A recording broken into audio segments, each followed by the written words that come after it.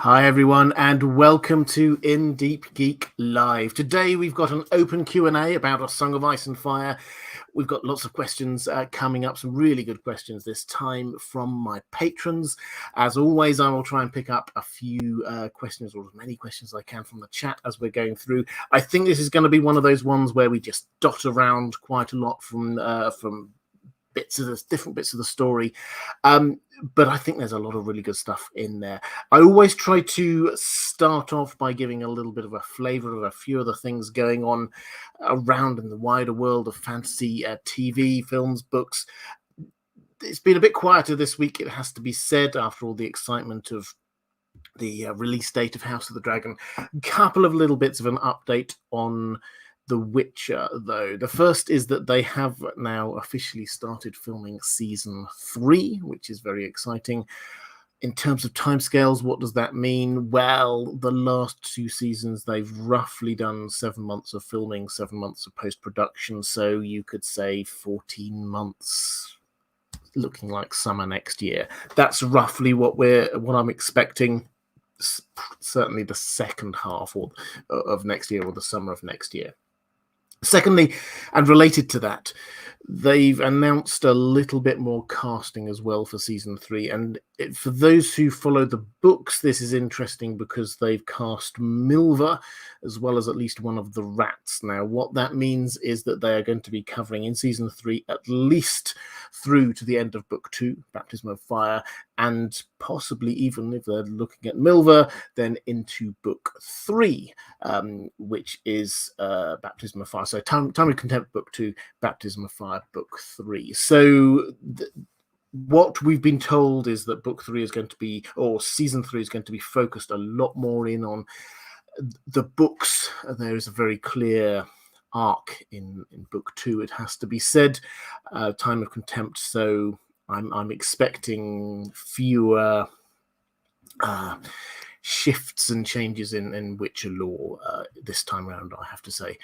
Still high production values and all the rest of it, but closer adaptation of the books. Okay, so I think that's all in terms of an update on what's going on. Let's go to a few questions. First of all, I had a super chat from Tutsprachen Leben Langer before we went live, saying the realm is bleeding, but who is going to be better off when all is said and done? Someone always profits. George R. R. Martin is a realist, I think. Well, I would agree definitely that he is a realist. Lots of his writing, most of his writing is a lot more grounded in realism, even though it's quite high fantasy or sci-fi. Sometimes it is grounded in realism. So who will profit by the end of it? Well, I suppose on one level it's who's going to sit on the throne. I'm very much in the Bran is the most likely candidate, partly because of what happened on the TV show, but that did prompt a lot of us to look again at the foreshadowing of where this might lead, and that does seem most likely at the moment. So there is that. Bran is shorthand, I think, for the Weirwood Network, so they win, and that takes it full circle in a way, all the way back to the beginning of time that we have had described to us, the Dawn Age before humans came, who was in charge of the Children of the Forest, the Weirwoods. So that, I think, is who is profiting. But who else? Well, there's going to be a new generation coming through. If you have a look at who was in charge of the major houses at the start of this story, Ned Stark, Tywin Lannister, Jon Arryn, Robert Baratheon, they're all dead. They're all gone. We've got a new generation coming up. So who benefits? Well, it's the next generation after that. And I think the main thing to say is that, yes, people will benefit, but I think George R. R. Martin wants, one of the overriding things for us to be coming away from the story thinking is, actually, you know what? Everyone lost. This was, I mean, I don't want to be too bleak about this, but this is not a story where we take this Game of Thrones and this jockeying for power and say, okay, actually, there's a happy part of this. This is, he says, going to be bittersweet. This isn't going to be happiness at the end. That we're going to look down and count the cost and go, actually, that was a very, very high cost. Mara Lee, thank you very much, saying just a show of love and support. Hi there, Mara. Love all the content and stories. Thank you, Robert. You are the best. Well, thank you very much, Mara. You, I hugely appreciate you, as you know. Question from Chris Media, saying, hi Robert, what year is it in Essos? Still 300 AC? Yeah, well, roughly. It's sort of moved on a couple of years. I think it's technically 302 now. But yes, so, well, that's what it is in Westeros. Essos is slightly different in the fact that every culture's got a slightly different way of measuring time. Aegon's conquest doesn't mean anything to the Dothraki or to the Giscari people or Yi Ti. Every one of them has got their own way of measuring time. Some of them don't measure it in the same way that we do. We don't hear of the Dothraki, for example, having a sort of a what year is it kind of. It's where are we at in the cycle of the year. So in Essos, completely different, and everything depends on which culture you're in Westeros. Then yes, it's roughly that. Actually, not huge amounts of time has passed in the grand scheme of things in this story. Let's do a question which I had last week, and what I always try and do is if I have a question I think I can only give sort of a half answer to, I will try and come back to it and give a full answer next time. We were looking at something else. We were looking at House of the Dragon last week, and Roman, I think you recognised it was a slightly off topic, and I'm very happy to, and I said, if you didn't mind, we'll answer it this week. So I'm very happy to do that here. Who do you think betrayed Arianne in A Feast for Crows? I've seen many good arguments, but I can't make up my mind. Well, this is an excellent question because it is a bit of a mystery. So for those who need a reminder, Arianne Martell she's a great character, a POV character, basically cut from the TV show. So all of that Dornish plot that we have in the books, we didn't get on the TV show. There's a lot going on. Arianne interprets what's been happening in Dorne. Doran Martell, her father, has been doing huge amounts of political negotiations, trying to get his family married to the Targaryens. He sends off Quentyn to find Daenerys. And Arianne feels a bit left out, it has to be said. Feels like she's being sidelined. She thinks, be inheriting, but she's now thinking perhaps Quentyn might be inheriting instead of her. She comes up with a cunning plan. She hatches a plot, and her plot, it's a bit convoluted, but basically it's to get Myrcella Lannister, who had been, if you remember, she'd come over to Dorne to be effectively fostered there, but also with a view to being married to Trystane Martell. She is going to try and get Myrcella onto the Iron Throne, because on Dornish succession rights, then women inherit before men. And so from her perspective, from Arianne's perspective, Myrcella, who is older than Tommen, should have inherited rather than Tommen. So she is going to try and put her onto the throne, and in so doing, force a conflict between the Iron Throne, between Tommen and between the Martells. So that's the plan, but she gets betrayed. And it's never made 100% clear who betrays her. She gathers a band of people around her, and she's got this idea about, they're going to head off and do this. But then suddenly, Areo Hotah, who is the right-hand man of Doran Martell, comes in. The whole thing gets stopped, and she's there, and she says to Areo, what happened? Who betrayed me? And he simply says, someone told, someone always tells. And so she's kind of racking her brain, and she decides it's one of her 3 friends that she's got along with her. The other options are Aris Oakhart, who's this member of the Kingsguard who she had seduced, or possibly Gerald Dane, who is Darkstar. Now, she kind of thinks it's one of her three friends who does it. That's possible. That's entirely possible. Those characters have not been filled out, it has to be said, by George R. R. Martin hugely, so we don't know all of their individual motivations. So that is possible. It's also possible, rather boringly, I think, that Ariahota saying somebody told, he doesn't have to be right. He's just following his orders from his boss. He's just doing his thing.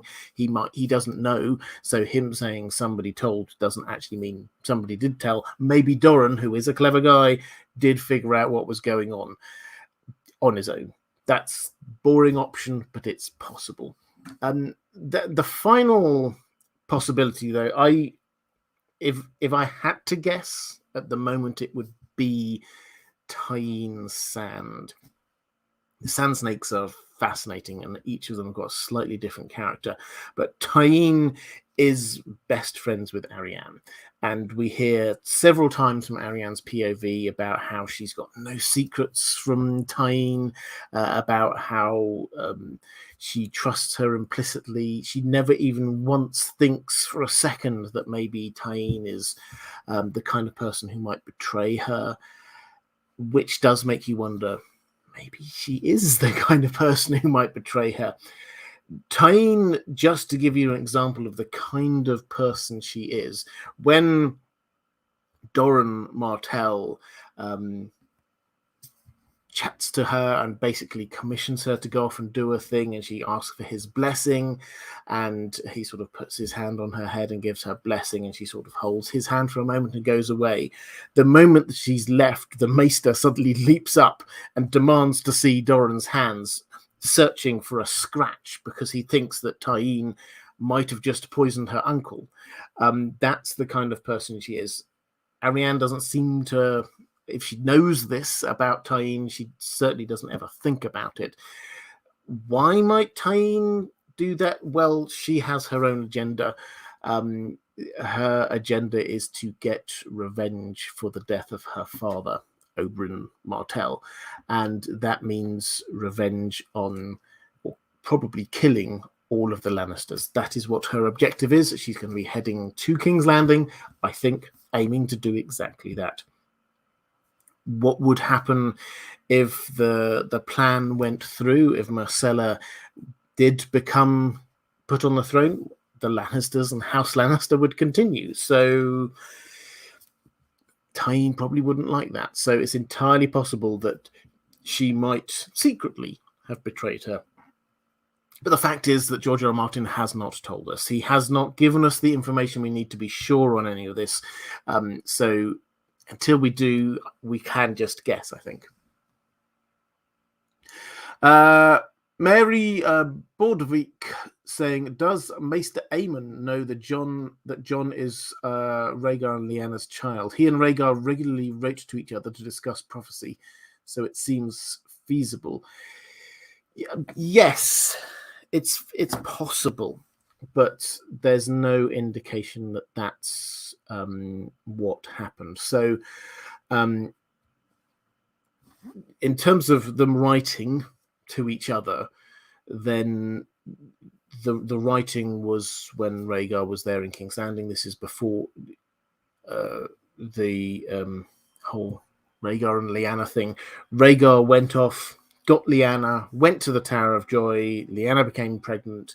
Rhaegar then went off before Jon was born. So Rhaegar did not know that he had a child when at any point during his lifetime, that last child, and he almost certainly was expecting that last child to be female, because he seemed to be naming his children after Aegon and his two sister wives. So he was almost certainly expecting a Visenya. Now, so he wouldn't have known, and he would never have written to Maester Aemon, to say, hey, I've got a new son, keep an eye out for him, or anything along those lines. The reason I say it's possible is not because of that, but because Aemon as a Targaryen, does seem to have, particularly the older he gets, more dragon dreams, more of an understanding of, not an understanding, but more seeing more clearly what's going on, slightly more prophetic. Some Targaryens do get this. But on balance, there's no real evidence that he thinks that Jon is a Targaryen.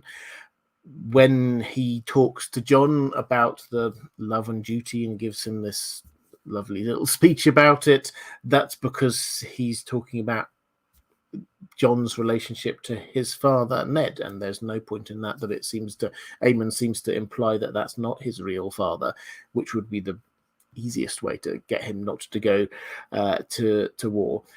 And also later on, when Aemon starts to think about the three heads of the dragon, and he starts talking about Daenerys, he thinks that she might well be the prince that was promised, and the thought never seems to cross his mind that there is another one who might be a Jon. So the evidence seems to imply no, but as it's possible. Jimmy Cariani or Sariani saying, could Lucamore Strong be Dunk's ancestor? I doubt we will ever know for sure, but I like the idea that Dunk guessed his relation might be on the wall. Yeah, so this is interesting. So Dunk has a sort of a slightly mysterious past, and he is there. He grew up in Flea Bottom before he gets picked up by Sir Arlen Pennytree, and we don't know who his father was. Could his father have been someone like Lucamore Strong? It's possible.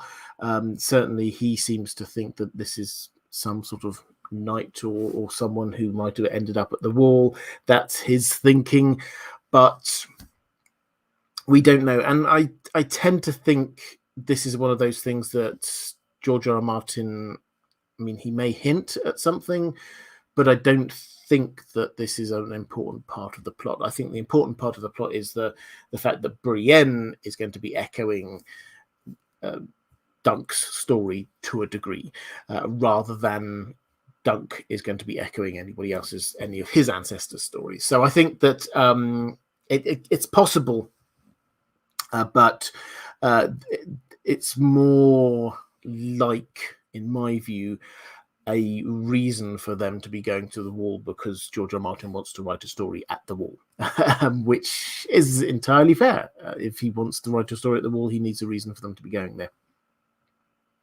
J. Kelsey 55, thank you very much, saying, if you had to pick, do you think Fagon is the son of Rhaegar, a Blackfire, or a random child? I think that he is a Blackfire. I did a video on this if you're interested with all of my logic, but I think that he is a Blackfire descendant from the female line.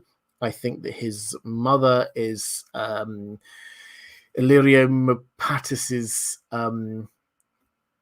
ex-wife, and I think that is why Illyrio is taking such an active interest in him. So that's my instinct. It is much from the kind of the language used, the hints that we've got there, the way that Illyrio himself talks about this, a dragon red or black is the same, the kind of the foreshadowing about the sign of the black dragon sign that turns red with rust, that kind of thing. There are lots of hints, but have a look at the video if you want more detail.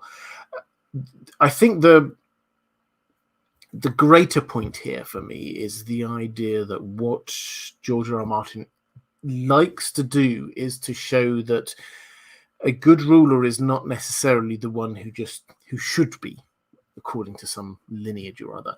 And I think that we will see, whenever we get the Winds of Winter, young Griff, Fagon, growing into a leader that we actually kind of respect, that we like. We might be instinctively cheering on Danny or John or whoever that we think should be the rightful ruler. But I think what George R. R. Martin will do is show us this character and say, here's someone who the people like. Here's someone who has been brought up to govern and rule wisely. Here's someone who cares about the small folk. And then leave us with this slight conundrum that actually he's probably not the rightful ruler. But does that matter? Does that matter if he's a good ruler? Does it matter if he should be the ruler? So I think that's where this is going. So the random child thing is possible, but I think the amount of buy-in that Illyrio has to this, a random child just doesn't quite work for me. Let's go to a question from Pip Grimshaw. Saying, hi, Robert, love your videos so much. Thank you. What do you make of Barbary Dustin and her role in the coming fight for Winterfell? So Barbary Dustin is a fantastic character. We see her in a few chapters, primarily from Theon's perspective. She's hanging around in Winterfell, and her motivations seem quite complex. She is, on the surface, being loyal to the Boltons, but it's very clear that this is not really what's driving her. The thing that's clearly still nagging with her, the thing which she gets passionate about, is the fact that all the way back at the Tower of Joy, when Ned took his 6 companions with him, one of them was her husband. They'd only just wed, and one of them was her husband, and he died at the Tower of Joy, and Ned brought back her husband's horse, but not her husband's bones. And this was a massive slap in the face. She comes from Barroton, or she is in Barroton. Her husband was the Lord of Barroton, and that is like the capital of the north of burying the dead, and she could not bury the dead. The house Barroton is literally built on top of a barrow. That's how important this is to them. And Ned not only didn't bring back the bones of her dead husband, but he also, although we're never told this, but it's blindingly clear, I think, from what happened, he refused to tell anyone where those bones were. He put those cairns up by the Tower of Joy. He could have said, you know what, I couldn't bring all of these bodies back, and people would have accepted that there were a lot of dead bodies and it was just him and he had to come back. They would have probably accepted that if he then said, so what you have to do is you have to go down the Prince's Pass, you go X miles, and it's just on the left, up and on top of a ridge. If he'd done that, then people would probably have been okay. Or Barbary Dustin probably would have been okay, fine. But Ned clearly refused to even tell her where her husband's bones were. And this has grated with her for years and years and years. So when she comes to Winterfell, and she basically gives Theon these long speeches about how she's got people out looking for Ned's bones so that when they come up past her bit of land, they will stop Ned's bones because she is not going to allow his bones to go to Winterfell and to be buried there when Ned refused to bring her husband's bones back. So she is obsessed by this. And this seems to have led through to a lack of real commitment to House Stark. In the early chapters, yes, she sends troops off to fight with Robb Stark, but not many. Just enough to show willing, enough not to get into trouble, just some. So she seems very half-hearted about this. She doesn't particularly want to support the Starks. She's got even more of a backstory with Brandon Stark we don't need to go into right now, Ned's older brother. So the phrase, however, the Boltons' biggest ally, she also hates because some of her family that she sent off with Robb Stark died in the Red Wedding. And everyone blames the Freys for this, which they should. So she hates the Freys. The Boltons, she's not really talked about it all that much, but Roose Bolton was involved in that as well. So she probably still doesn't really like Roose Bolton all that much. But as she sort of said a few times, this is Roose Bolton at least realizes that he can be, if he's nice to her, then she will stay on side. So that seems to be the relation. She isn't actually bought into House Bolton being in charge. She just doesn't particularly like Ned Stark in particular, and Starks more generally, and she hates the Freys, and she probably doesn't much like the Boltons. So she's not there as a key part of this great Northern Alliance, I don't think. But I think she is on side with it. I think she recognizes what's going on to a certain degree. The snowmen being built on the walls do seem to imply who is on side. And so when there is a battle, which side will she go on? Well, she'll be against the Freys. And in this, really, if she thinks that the Starks are not going to be able to get back into power, I think she'd be happy to go against the Boltons. She's sort of there with complex motivations, but I think that she would break to be part of Team Stannis. Username Redacted asking, what will it take to pacify the Lannisters for good? Well, I suppose it depends what you mean by pacify. The Lannisters are an ancient family, and they were kings of the Rock, and they ruled over their area, the Westerlands, for centuries, millennia even. They, broadly speaking, seemed happy with their lot. They expanded out their territories over time, but we don't read in the same way that in the Riverlands, often it's sort of House Durrandon or maybe House Hoare from the Iron Islands, or someone else is fighting over it. The Lannisters don't get hugely involved in that, even though it is on their doorstep. So they seem quite content in their place. The most recent push from the Lannisters was all about Tywin, and then that has passed on to Cersei. This desire to have even greater power than they already had. So what would it take to pacify the Lannisters? I think probably just a leader who doesn't have heady ambitions. That's it. They are a hugely powerful house. They are a hugely rich house. There's no need for them to be ruling all of Westeros.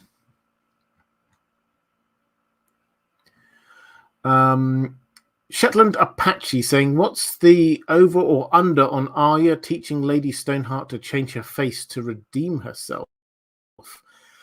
Oh, interesting. So Arya teaching Lady Stoneheart to change her face to redeem herself.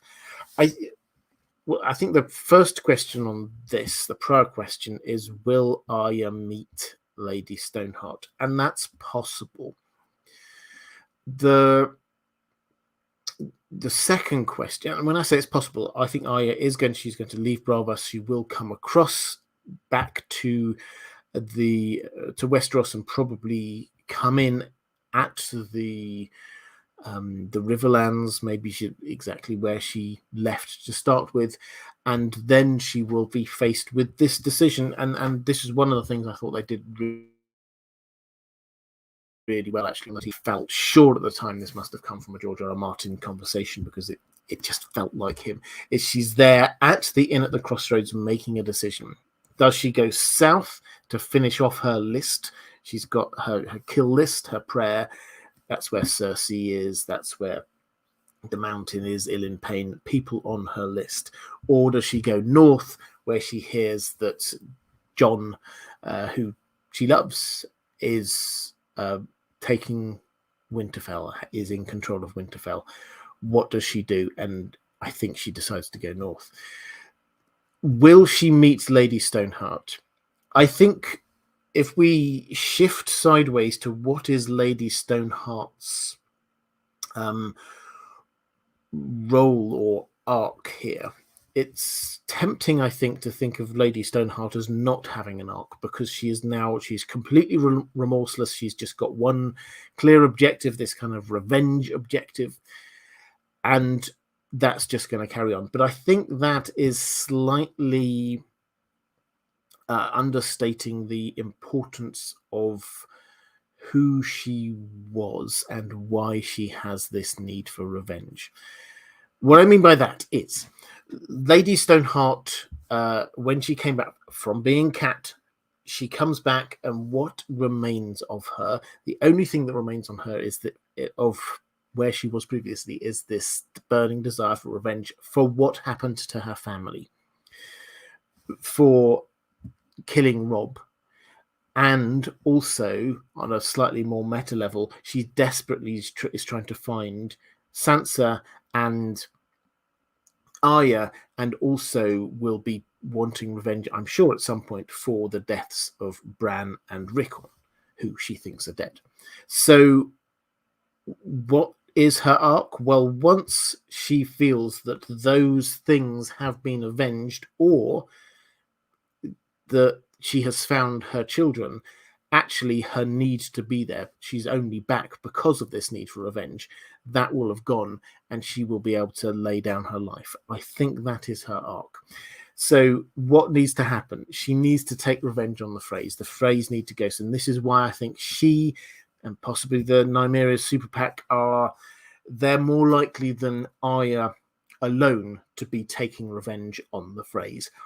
On the show, obviously Arya went in and killed all of the Freys. I think this will be Lady Stoneheart and or Nymeria Super PAC in the books.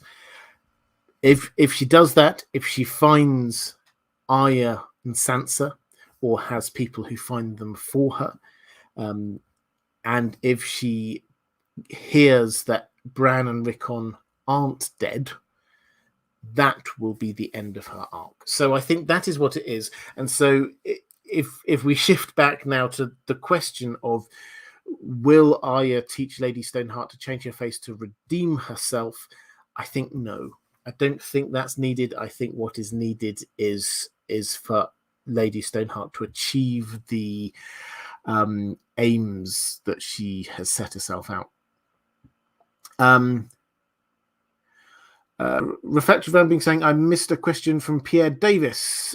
2-1. I'm rereading A Feast for Crows. Do you believe that Arianne truly loved Aerys? No. I think so. Aerys Oakheart, so he was a member of the Kingsguard who came with Myrcella to Dorne. Arianne basically just seduced him. It took her half a year, but she did.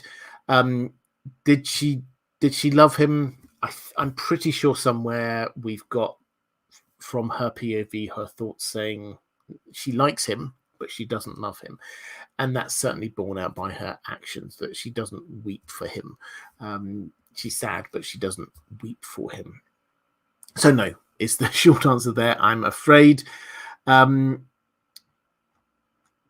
Question from Toetsprachen Leben Lenger saying, is the snowman thing supposed to be a fourth wall wink? I can't see them as a serious sign to the attackers. How big are they supposed to be? There are no binoculars, are there? No, they're not, but they're big enough that they're on top of the wall, and Theon in the ground level can recognize who they are. Now, some of these are obvious. So, for example, one of Manderley is just this huge round blob because he's too fat to sit a horse is his nickname. And others he can pick out as well. We're not told the details of all the others. But if he can see them from inside Winterfell at the top of the wall, then the people who are just outside, and there are some people just outside Winterfell, can see them as well. So I think it is a real attempt at passing messages out. Is it a fourth wall wink? I don't think it's a fourth wall wink. I think that we're supposed to just see that as another clue in what is going on here.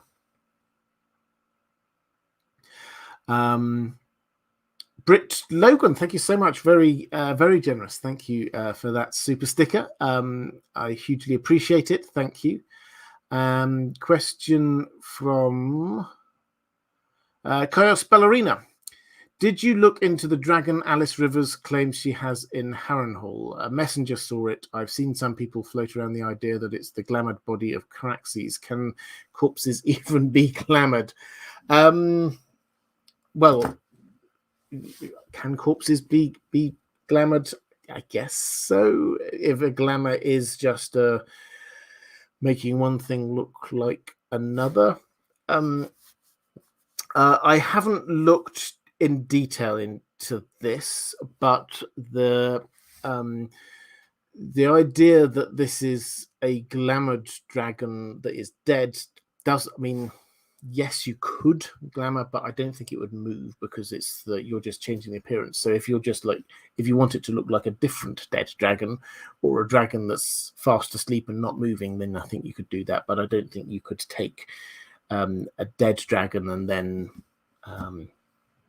make it look like it's a live dragon. So it's entirely possible. There are eggs around a lot of the different places. We haven't been told how many dragon eggs there are. Basically, all of the Targaryens had dragon eggs. There were loads of them on Dragonstone. They were passing them out. 3 of them went up to the Eyrie. So the idea that there is another dragon that just got hatched and nobody knows about it yet, it's possible. It's entirely possible. And Alice Rivers is one of the most fascinating characters at the end of Fire and Blood Part 1. And I can completely understand why George R. R. Martin seems to be charging ahead straight into writing Fire and Blood Part 2, because there are a lot of really interesting loose ends going on there. So do I think it's a real dragon? I think it's entirely possible, but it would be a baby dragon. Reflective Rambling, picking up a question, I think, from Anna K.A. Big hello from Krakow. Hello. Your videos really help me fight my depression. Thank you for all you do. And Pierre had another question as well, apparently. Well, thank you. I'm really pleased. If what I can do can help with depression, then it's something that people outside that cannot truly understand the depth of it, and that humbles me. So thank you. I really appreciate hearing about that. Thank you. Pierre had another question. Apparently, let me see if I can find that. Let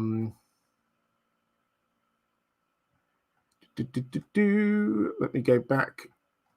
I will. Can't find them. I do apologize. I will try and find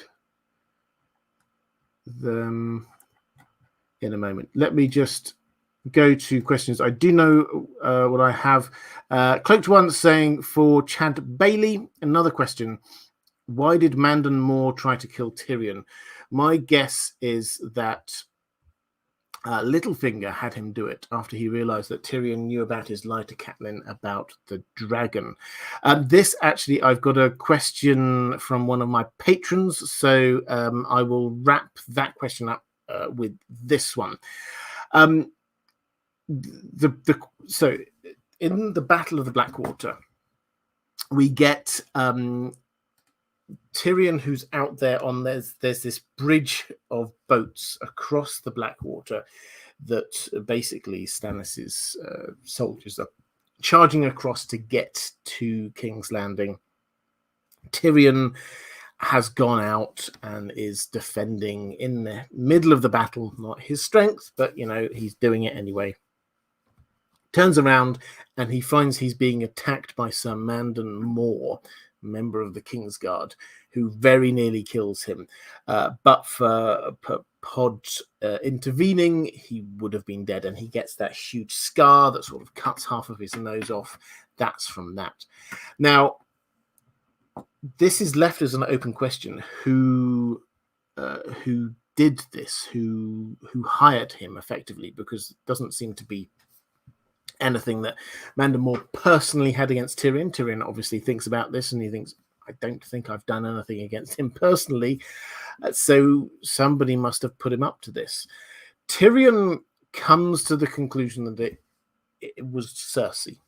That's the conclusion that Tyrion comes to, but it is based, curiously for Tyrion, on gut instinct. He says that's what my gut feels, is that this was Cersei trying to get me killed. But we, I think, can probably guess that it's not her, because we see at the end of the battle, someone reports to Cersei about it, and then she says, well, tell my brother, tell Tyrion that it's over. There's no hint from her that she thinks that he should be dead by that point. And she never, when we get into her point of view later in the book, we never get her thinking about, oh, I did try and get someone to kill him and it didn't work. But even when she's off thinking, as she does quite often, about killing Tyrion. So that doesn't seem to quite stack up. And Tyrion himself admits, I mean, why would Cersei have gone for Manda Moore? She had more loyal members of the Kingsguard. 3 of them, at least, were, in Tyrion's words, her pets. He didn't think Manda Moore was. So there's a little bit of uncertainty there, which is rare because normally Tyrion figures this stuff out. Perhaps this is an indication of quite how much Cersei has got inside his head. Now, what we have, I think, are 2 possible options for who might have done this. The first option is Varys. Now, why might Varys do that? Well, probably because we have to remember he's got this big plot going on, trying to get his person to successfully take King's Landing, a successful invasion from Fagon and co. And later on in the books, we do get Varys very clearly killing Kevin Lannister, who was Hand, because he was too good at his job. And he basically apologizes to us. It's a fantastic little scene. And he apologizes to him. So it's nothing personal. I even quite like you, but you're just being too good and effective. And that would just disrupt my plans. So it's possible that this is Varys doing the exact same thing, but with Tyrion. But the more likely, I think I would agree with you, that the more likely answer here is that this is Littlefinger. There are a couple of occasions when Littlefinger becomes aware that Tyrion knows too much. He knows that Tyrion is clever. There's the knife that Littlefinger lied about, ownership of the knife that incriminated Tyrion, and Tyrion knows that he lied about it. Also, there's Tyrion, a curious exchange when Tyrion says, you know, I was up in the area and they had me there for murdering Jon Arryn. But of course, I could have said who the real culprit was. And Littlefinger just suddenly leaps up and he goes, the real one? The real, what? And it's like, hang on, you can hear Littlefinger's brain going, hang on, does he know? Does Tyrion know that I'm behind all of this? So it would make complete sense for Littlefinger to hire somebody to kill Tyrion in the middle of a battle when nobody would suspect. Rob Thomas saying, if not king, where do you think Jon Snow will end up? I think Jon Snow will end up roughly where he does on the TV show. I think that George R. R. Martin has written him like Frodo. He's written him, I've said this before, but he's written him as if he's Aragorn, but actually he's Frodo. And what I mean by that, he's the person who carries the weight of the world on his shoulders. Through his actions, the world is saved, but he is too broken by it. And he has to leave this world. That's what happens with Frodo when he gets in the boat and heads off west. And that, I think, is what's going to happen with Jon, is he will be broken by what happens in this story, and he will head north of the wall. The hints have been there for a long time about how welcome he would be north of the wall. So, yeah, I think that's where I see him. Andrew K, yeah, I'll pick up on the Pierre questions in fact, Reflective Rambling saying his other question is, could grayscaled whites appear? So okay, well, I'll pick that one up. Pierre, so can whites with grayscale appear? We've not seen them. We've not actually seen huge amounts of whites sort of long enough to stare at them and try and figure it out. I think the only issue here is whether or not grayscale is, or the extent to which and the type of magic it is.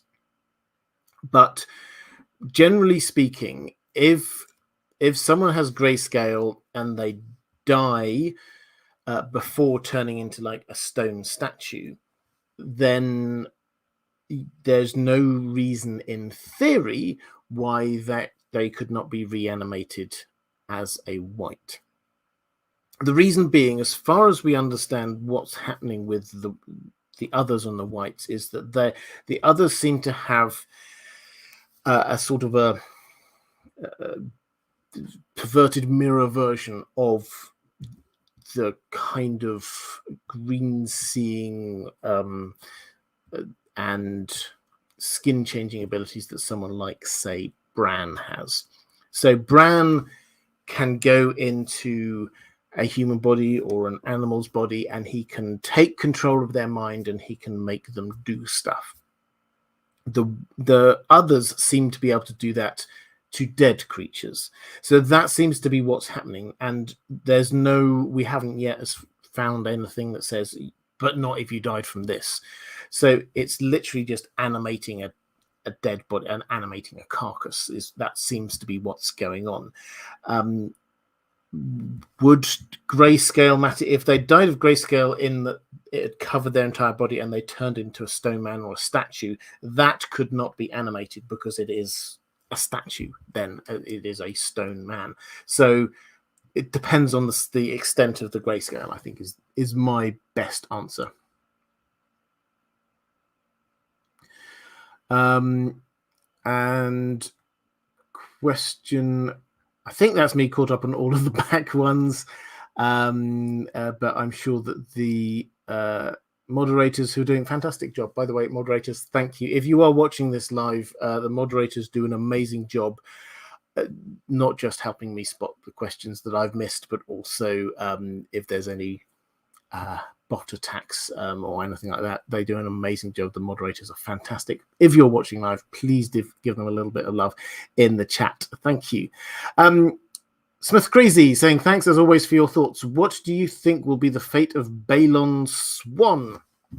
Okay, so Balon Swan, I've not really thought this one through. So he, after Aris Oakheart went down with with Myrcella to Dawn to basically stay there and protect her while she was there, he died.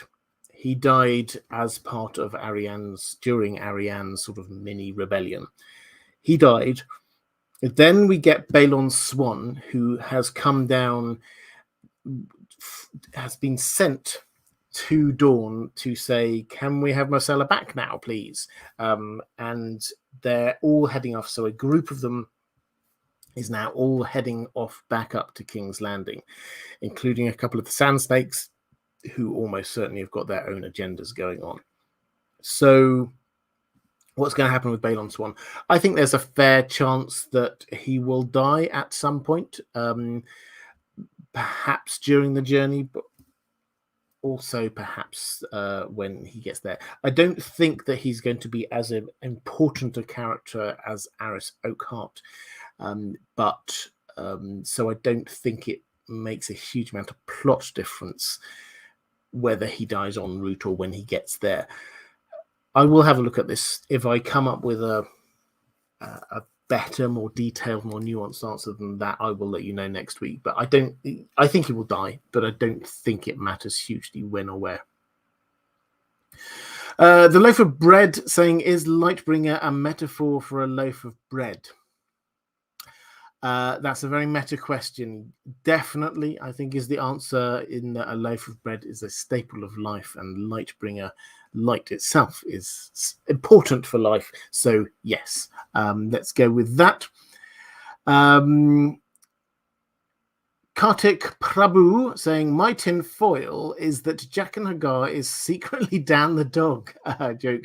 Thanks for all the awesome content. Well, thank you very much. I'm sure, well, I shall pass it on to him. If you know History of Westeros, just as a pure aside here, History of Westeros, excellent channel and podcast based around A Song of Ice and Fire. Their cat is called Jaqen, or actually Jaqen, because that, if you listen to the audiobooks, which is where they first heard the name, that's how Roy Dotrice pronounced Jaqen, was Jaqen. So that's their cat is indeed called Jaqen Hagar, and is Jaqen Hagar black and white. And if you do like History of Westeros, then I've started a collaboration with them, which we did. The first video came out a week or two ago, The Complete Travels of Tyrion. This was the idea here, was to take the character of Tyrion and just put out on a map where he has been, and telling his story through the movements that he has gone, and therefore what might this imply about where he might be going in the future. And that's a part of a series. I've got one on Brienne coming up that I've jointly produced with History of Westeros, and we've got another few videos coming out as well working. I'm really excited by this. I'm a huge fan of what they do over there, and I'm delighted to be working with them. So if you do like History of Westeros, keep an eye out for a few more of those collaborations coming up. Let's go to a question from Roman Luckvet saying, thanks a lot for remembering my question from last week. You're very welcome. I also wonder, why did Howland Reed send his children to Bran instead of going himself? Yeah, well, it's an interesting question, but I think that my best guess is, well, there's a practical reason, and there's a sort of probably an in-world reason. The practical reason is that George R. R. Martin has basically admitted Howland Reed knows everything. He knows the backstory. He knows the plot. He could not bring him out too early. So Howland, for very practical writing reasons, had to remain in the background for a long time. But the in-world reason, I think, is probably that I suspect in the neck, where somewhere in Deepwater Watch, where Howland can access it, there will be a weirwood, and that will be how Howland Reed stays connected to the weirwood network. And so he wishes his children to go out and do this thing that he thinks is really important and has to be done, but he needs to stay in contact with the weirwood network. So that's my personal take. The one of the sort of the supporting bits of information for why there must be a weirwood in the neck is that Howland went to the Isle of Faces at the very beginning of this bit of story. He went there. Why? Presumably because he was called there. So maybe there's this weirwood there. That's how they have managed to sort of stay in touch with the children of the forest. So yeah, there's a practical reason. There's also I think, an in-world reason. Let's go to a question from Reflective Rambling, actually, saying, I feel like a teacher whacking your knuckles with a ruler tonight. So absolutely not at all. If somebody does a question and I miss it, then I hate to miss questions. So don't feel bad. Just keep on doing it. I think I have got another question to come. Here we go. Cloaked One. This is picking up something for Ubermelon, saying, "Hi, Robert. Love your content. Thank you.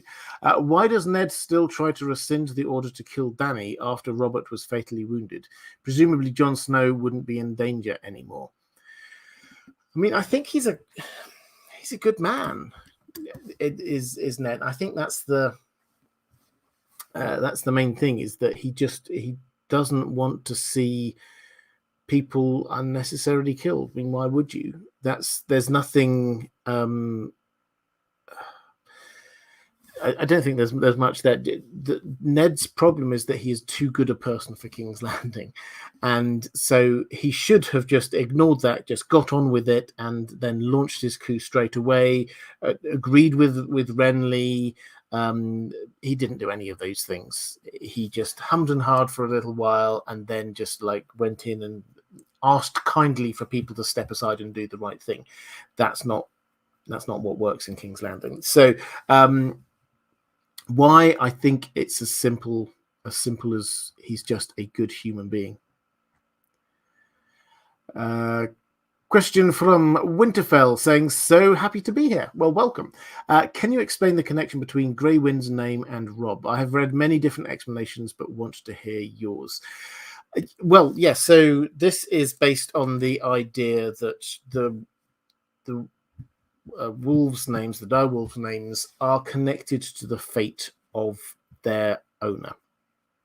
So, for example, Ghost with Jon. Jon's going to die and he's going to come back. What comes back after death? A ghost. That's pretty straightforward. Grey Wind, I think it's the most poetic of them all, which is the reason why it's, I think, slightly more confusing. But so I think we just have to take it as being poetic. Grey, because of Starks, a wind which just blows and then stops. And that, I think, is it, is that Robb's story is blowing this huge hurricane across Westeros and then just stopping. And I think that's it. It's, as I say, it's a poetic name rather than something that's quite literal, like lady or something like that. Andrew Jennings, in A Storm of Swords, it is mentioned in Mance Rayder's backstory that a ship from Asshai washed up on the frozen shore. Is this a hint that Essos is just across the Sunset Sea? It might be. It might be. I don't know the exact contents or context for that.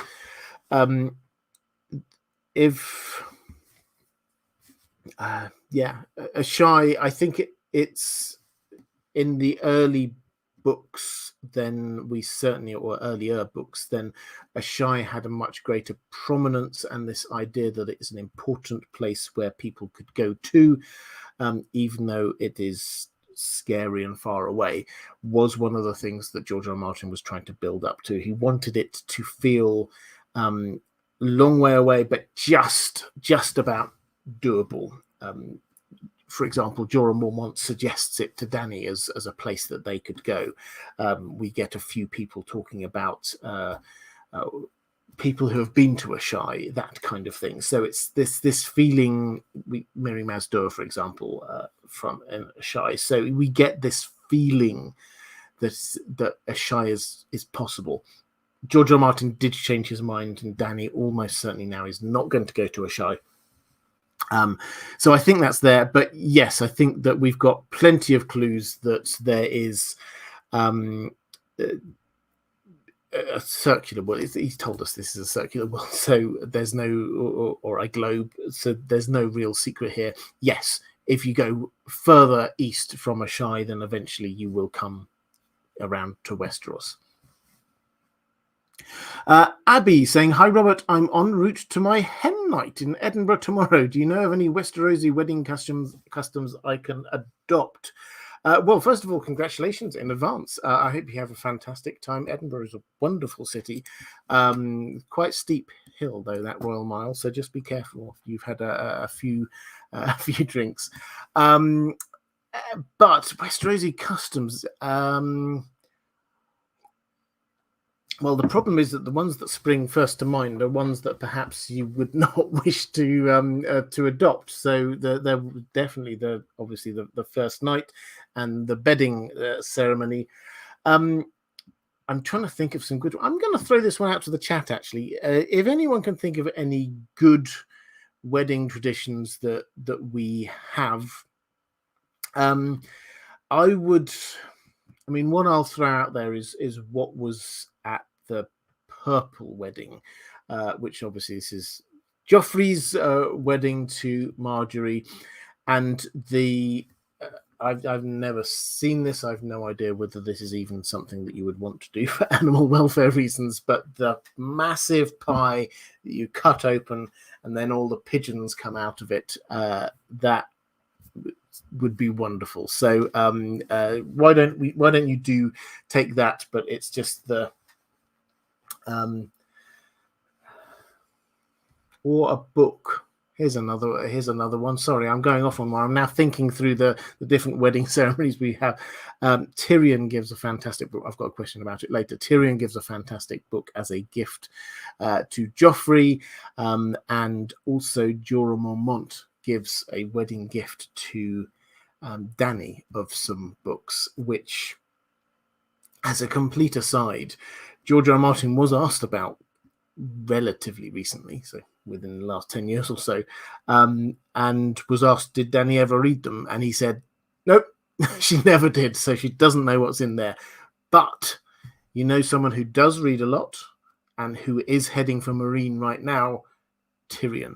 So we will hopefully find out in the Winds of Winter, whenever that happens, we will hopefully find out what those books actually were that Jorah Mormont bought for Dany. Yeah, so get people to buy you books is what I'm trying to say. Esoteric, do you think that House of the Dragon will be less brutal and dark than Game of Thrones, or keep it realistic and immersive? An actress said violence against women will be less. Well, I don't know. I've not heard about this. I think that George R. R. Martin has described, I can't remember his exact words, but he said he saw like the first cut of a couple of episodes, and it was dark as he liked his fantasy, or something along those lines, which does kind of fit it, because the more you read what happened in the Dance of the Dragons, some of it is horrific, some of it is really dark, as dark as, if not darker than, anything that happens in A Song of Ice and Fire. So yeah, I don't think it's going to be lighter. I don't think that they want it to be lighter. I think that they want Targaryens and dragons, yes, but they will have to have a slight change of mood. And I think that this is the story of a war, ultimately. And so there will be horrible things happening in it. So less brutal and dark? No. If you want it something less brutal and dark, then I suspect that the Rings of Power will be slightly more, they have said something along the lines of family friendly. So that's where they're pitching it. Shetland Apache, why are the green men on the Isle of Faces allowed to survive by greedy houses like the Freys? Well, the Isle of Faces is not in the Freys land, so the Freys don't have a say in this. The Isle of Faces is protected, is the best way to sort of describe this. There's never really been an owner of that area for long enough or powerful enough to do anything, it would appear, to it. But if anyone tries to go to the Isle of Faces, we're told, then the currents of the lake just take them away, or a mysterious gust of wind blows them away, or a whole flock of birds suddenly come in and start attacking you. You do not get there. People cannot sail to the Isle of Faces. They're just not allowed. And because it's an island in the middle of actually quite a big lake, I think people have just not not bothered. It's just too hard. The only two people we hear of who go there are Howland Reed and Adam Valarion, who lands a dragon on it, which seems to be, means he doesn't have to worry so much about all of the currents and tides. But why are they allowed to survive? It's just it's too much hassle to take it when there's lots of other land out there in the Riverlands. Sarah, awesome sauce. Last we saw of Edric Storm, he was spirited away to Lys, and great care had been taken to keep him protected. Aside from having Kingsblood, what great role would he be needed for? Where is he headed? Well, whether he has a great role or not, I do not know. But he went there because Davos saved him, is the short answer. Davos, being a kind-hearted person, just sent him off and away. So that's where he's gone. There are, it's worth saying, at least 2 points at which the story might interact with him again. One of them is from the High Towers, of all people. They have sent off, one of the High Tower sons has been sent off seeking some sales from Lys. So they're going to get a bit of interaction going on there. And the second is when Dany's invasion fleet does set sail, it will have to go past Lys. And if he wants to, if Edric Storm wants to return, that would be a good time for him to do so. He could, they will almost certainly stop off there. If you're going to be sailing, then you for long distances, then you stop off at places every now and then to, I was going to say refuel. That's quite the wrong word, restock and reprovision and things like that. So it's entirely possible that we could get him in the story. But he's not plot necessary, I think, is the short version of this, is that we've got Gendry, who is out there as a Robert Baratheon child, and we've also got Mia Stone and a couple of others dotted around. So the need for him is diminished somewhat. Let's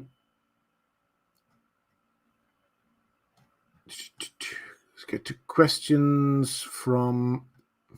Sure, I add more. Let's just quickly come to it. So Everina just saying less violence and nudity for women in House of the Dragon would be awesome. Yeah, I have a feeling that whereas it might be dark, I think that there will be less gratuity, if that makes sense. So I think that that's something that they have sort of matured into a little bit more, I suspect, over the years. Samuel Sabo saying, bonsoir, Robert. Bonsoir. So glad to catch this live. What do you think about the theory that Loras is fine? I think he might have been sent to meet Dany. So Loras went to Dragonstone to take Dragonstone, and he did. He succeeded in taking Dragonstone, but we hear back that he's been injured, badly injured and hurt.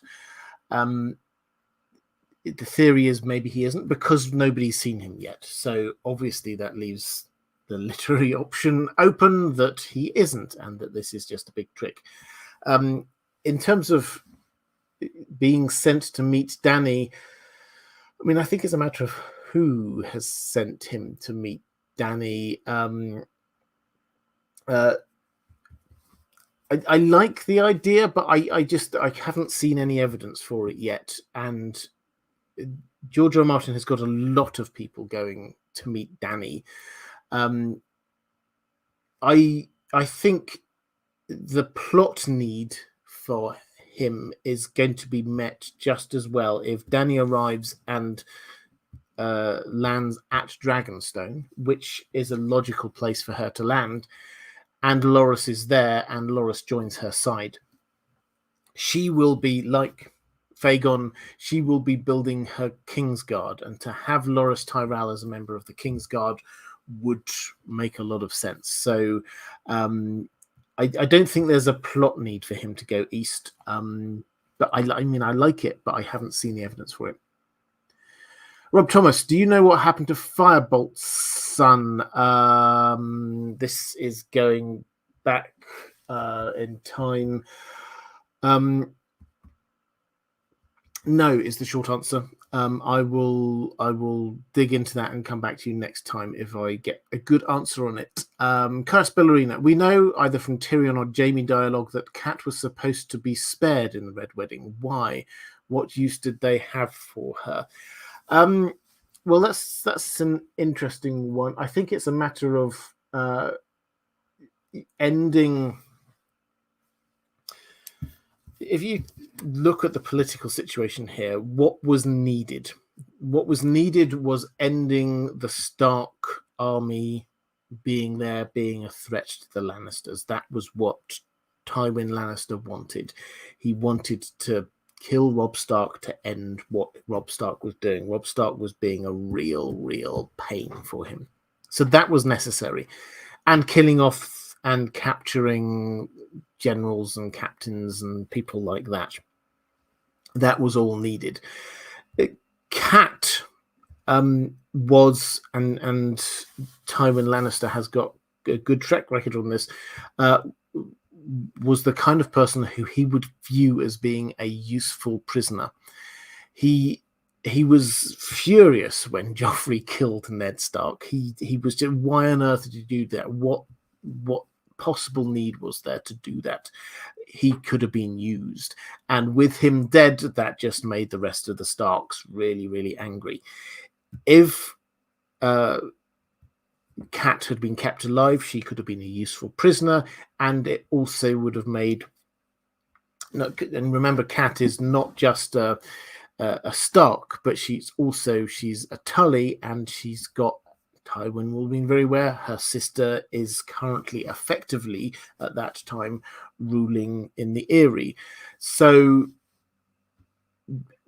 killing her could potentially make a huge amount of enemies very quickly. So it makes complete strategic sense to me that you would not kill Cat. But Tywin was often undone by more hasty underlings or bloodthirsty underlings.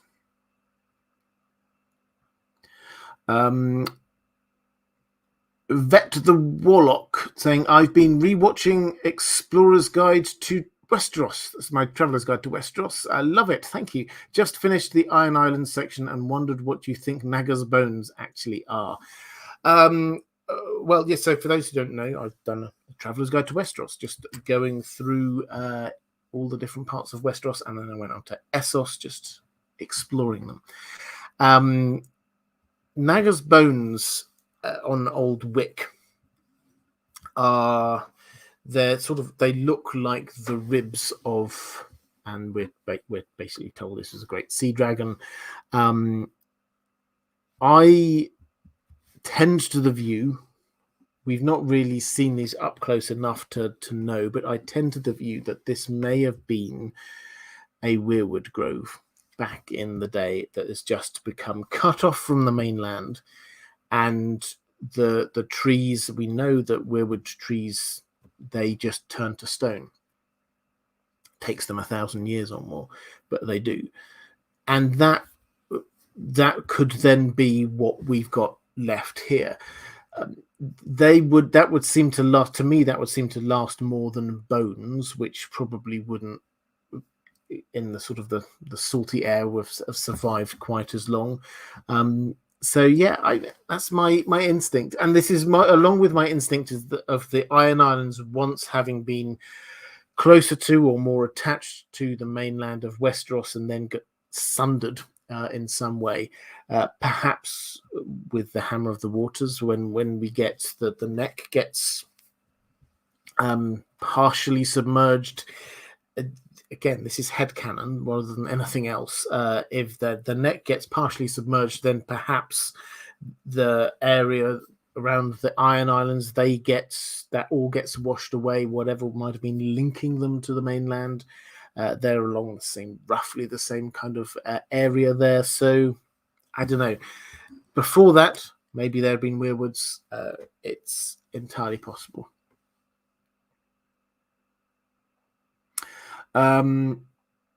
Abby saying we will be using that in our ceremony. I don't know exactly what that is, but I hope it's not the previous question thing from comment from Terra Incognita saying at least 3 deaths. But yeah, congratulations. I hope it goes really well. Ms. Rudzai, thank you very much. Saying hi, Robert. So glad to get a chance to catch you live again. South Africa, so the timing usually doesn't work. Thank you for all you do. It's pronounced, having already tried to pronounce it, Miss Ardazai, if that helps. Well, thank you very much, and I hugely appreciate that. Yes, so I think South Africa's roughly UK time, maybe an hour ahead, but yeah, good to have you here. Sasuke, just heading off. Good night to you. Thank you for your mod work. Lyle Hammock saying, hello, Robert. Just a little something for all your content. Also have a Lord of the Rings and a Song of Ice and Fire crossover question I think you'll find interesting for your stream on the 28th. Keep up the great work and thanks. Well, you're very welcome. I shall look forward to that question. I think is that me caught up now in the chat? Nope, not quite yet. I've got Zach Berger. Thank you very much. I didn't see a question attached to that super chat. Oh, here we go. Saying Archmaester Gildane in Fire and Blood describes Jaehaerys' time on Dragonstone as an Eden. Do you think this indicates an Eden-like myth exists in this world, and could it be the God's Eye? Oh, interesting. I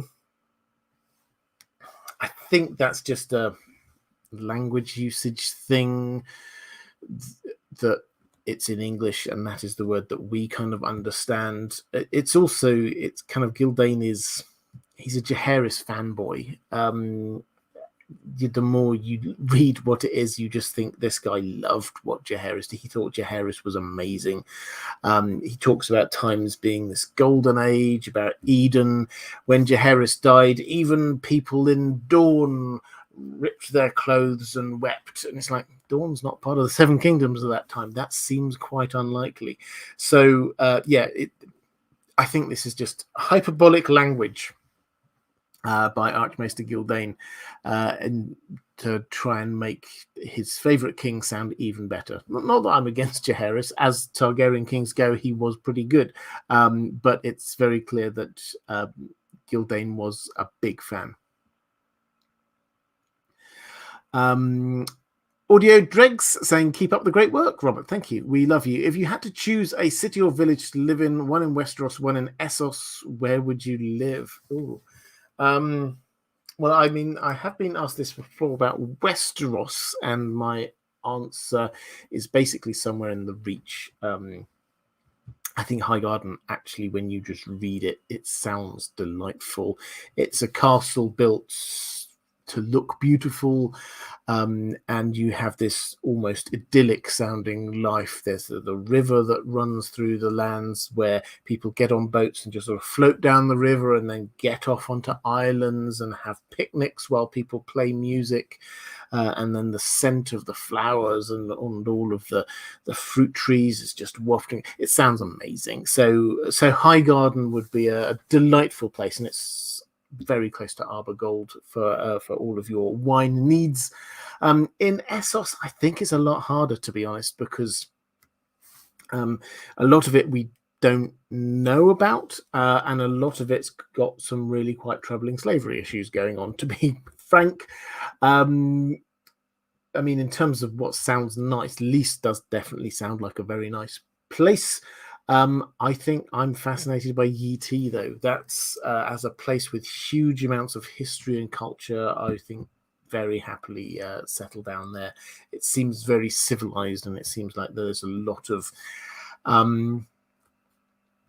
technology developed there that perhaps is not elsewhere. Bravos also, for perhaps similar reasons. Okay, I think that's me caught up on the chat. Let's go to question from my patrons.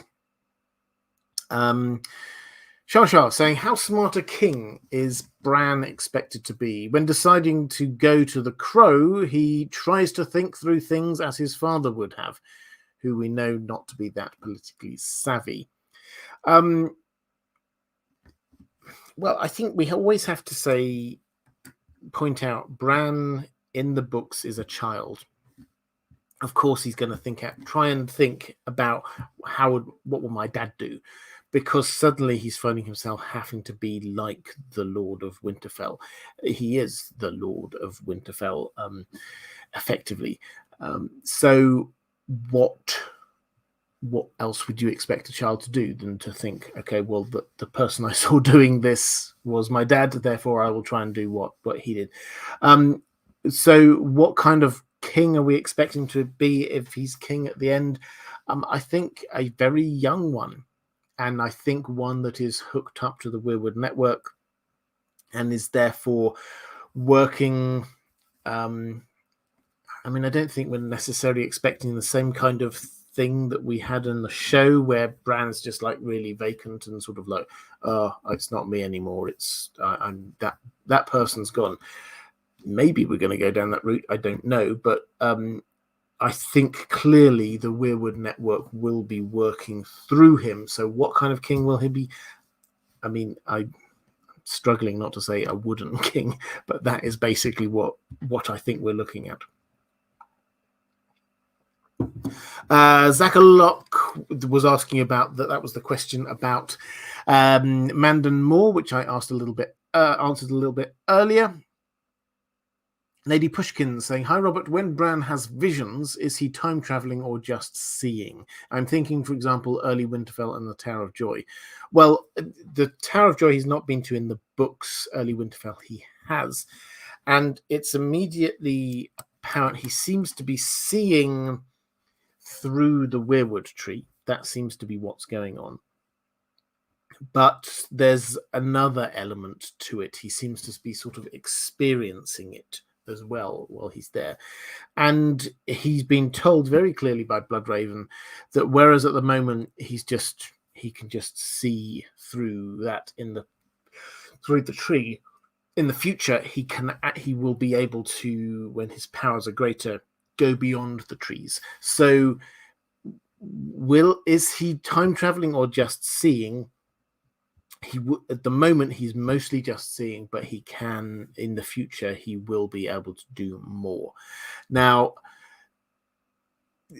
the other element to this is that he can already influence events even by staying within the tree. It's very clear that he called out his father's name, and his father looked around and said, who's there? Theon can hear him. People can hear him. So he is this time travel? Sort of. He is interacting with what is happening there at that moment in time, rather than physically moving to be in a different period of time. So it's slightly different. Kartik Prabhu, thank you very much. I love it. Picking up a question for someone else, I hugely appreciate it. For Minty Scales, what was the use of the baby the Night King whitified in the TV series? Was this TV only? What good does a baby do for him? Was it TV only? Yes, so far. We haven't seen that happen yet in the books.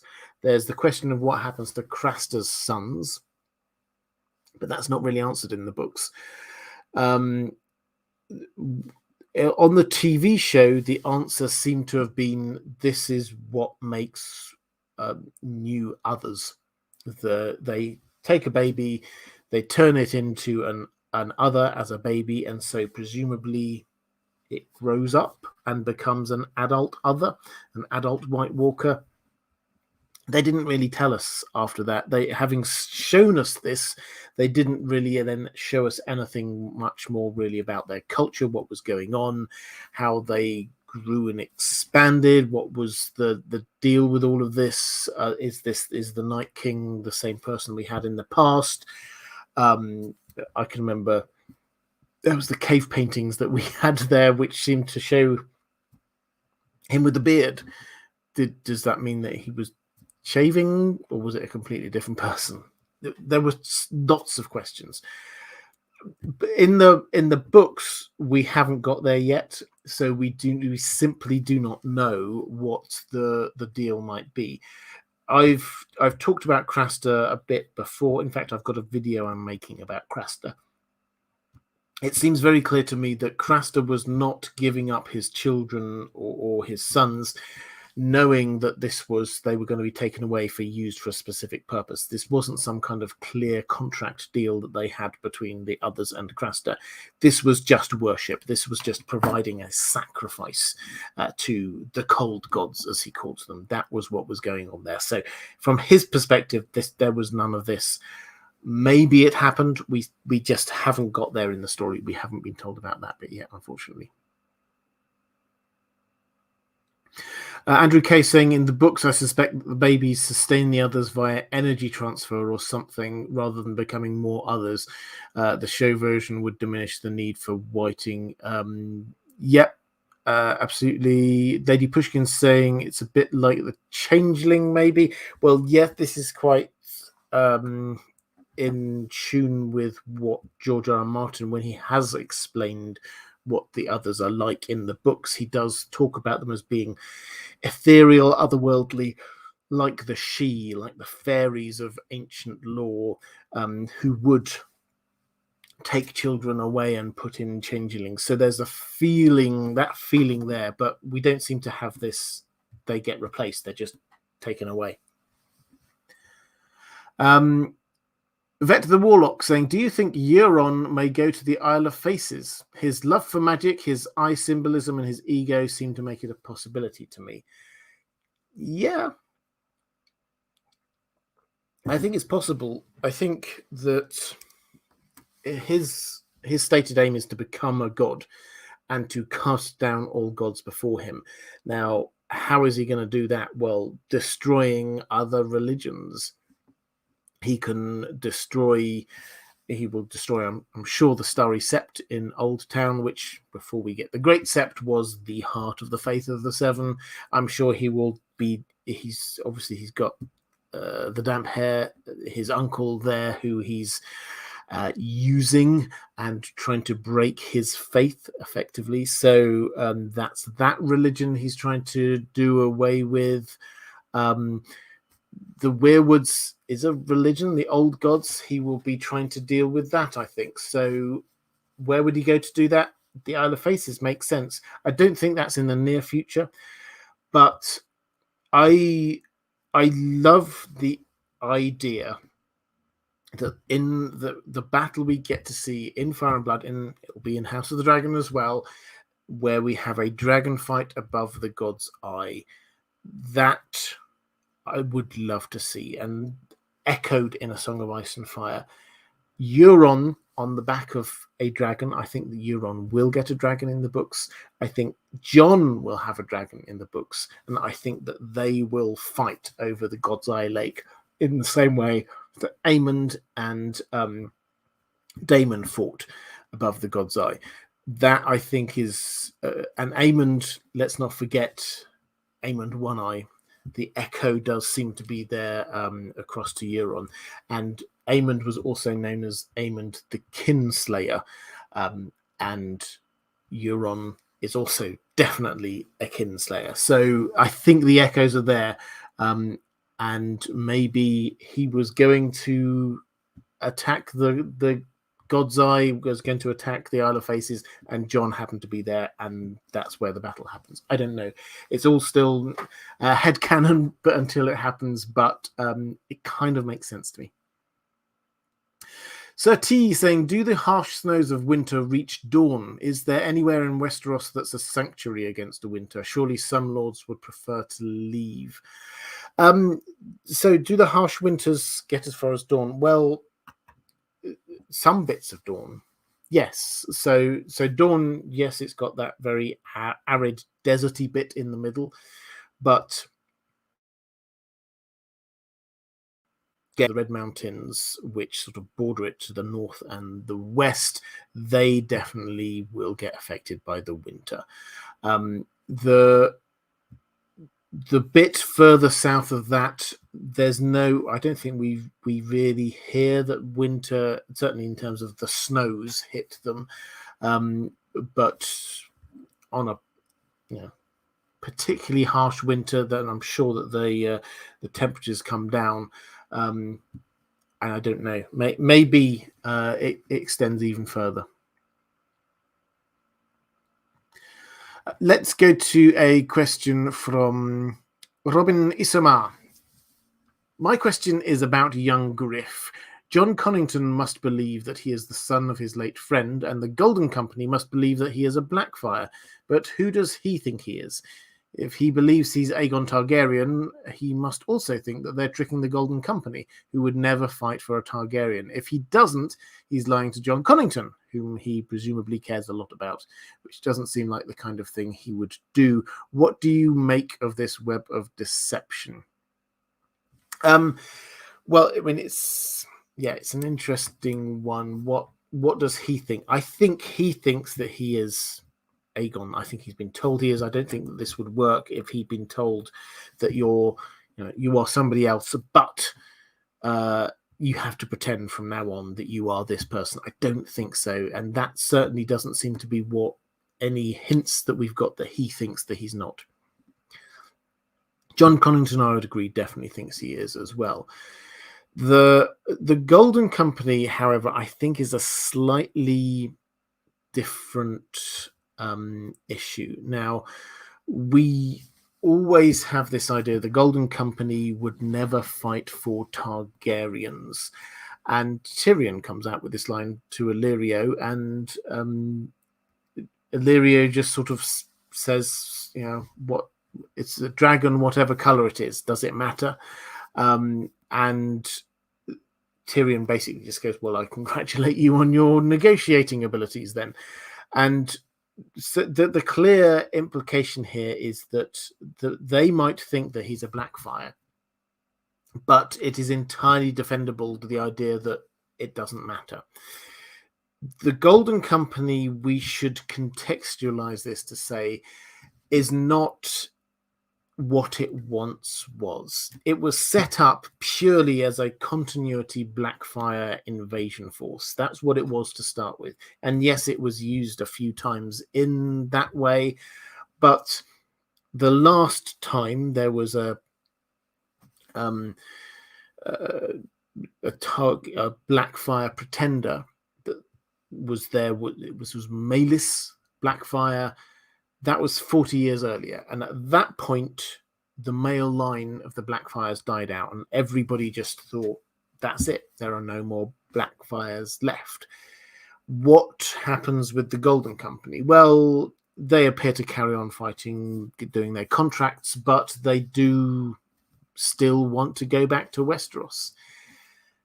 So somebody comes along, offers them a lot of money, and says, this is to go back to Westeros, support us, come across here. That kind of works out. Harry Strickland, when you meet him, I know on the show he was this sort of young, dashing figure. Didn't last long, but he was a young, dashing figure. In the books, Harry Strickland is an old guy. He gets derogatorily called an old maid. He complains about, I got lots of blisters on my feet. He's not really there as this kind of like hardcore Blackfire purist. Yes, we have to go back and fight on behalf of the glory of the Blackfire line. That's no hint of that is there. The Golden Company is just a shadow of what it once had been set up to be. So I don't think there's any huge lie going on here. I think that if Illyrio secretly says to them, this is a Blackfire, you should be following him, fine, but that only needs to go as far as Harry Strickland, and Harry Strickland is quite happy to just go and support anyone at this stage. So they just want to head back. They're Westerosi, they've done their time, they want to get back. Cameron, Qyburn convinces Cersei to assassinate Jon. Is there a chance the assassin made it to the wall and had a hand in convincing the brothers to kill Jon? I don't think that the brothers needed any incentive to assassinate Jon. The context of this is that yes, Jon's our hero and we're on his side and this is a terrible betrayal. But if you look at it from the other side, the Night's Watch have been going for thousands of years. Every single member of the Night's Watch vows to stay there all of their dying days. They vow to ignore the politics of what's going on in the rest of the Seven Kingdoms. They vow to give up all family ties. Jon, as Lord Commander, first of all, he lets through all of these wildlings, which is against everything they've stood for all this time. But then he stands up and says, that's it, I'm going south. I'm getting involved in my family's home. People I care about are being hurt. I have to go off and deal with this. He is betraying his oath. There is no way around it. We may think that he's right to, but he is betraying his oath. And there is a natural reaction from the older members of the Night's Watch to go, no, that's not what you're supposed to stay here. We've got a huge threat coming. Everybody knows this. And what are you doing? You're abandoning your post. You're encouraging other people to abandon their post. No, I can entirely understand. And I don't think we need those characters there at the wall who were involved in killing Jon to have any extra motivation to do it. As I say, we can hold intention the fact that we sympathize with Jon at the same time as thinking, you know what, he is breaking his promise, because he did say that he was going to do this. Yes, we've got that technicality of, a bit later I did die, therefore my oath is fulfilled. He didn't wait for that. He wanted to leave beforehand, and it wasn't the first time. He wanted to leave a few times before that. Morgan R. Hayes saying, Tyrion Targaryen, why do so many people say he is too much like his dad not to be a Lannister? Wasn't his mum a Lannister by blood too? Yes, his mum was a cousin. It's not so much, I think the argument here is not so much the fact that Tyrion is too much like his dad not to be a Lannister. It's that the interaction between the two of them just it literally works that he is, because Tywin loathes him, and he's everything that he hates is also a little bit about what he hates about himself as a person. He sees in Tyrion a bit of himself, and he hates that.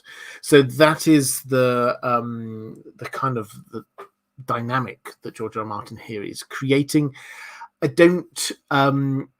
Yes, he is very much like him. He's got all of the things that Cersei and Jaime don't have, and that is an indication that he's his father's son. But George R. R. Martin is going to leave it up in the air. I'm convinced of this. We're not going to have full evidence one way or the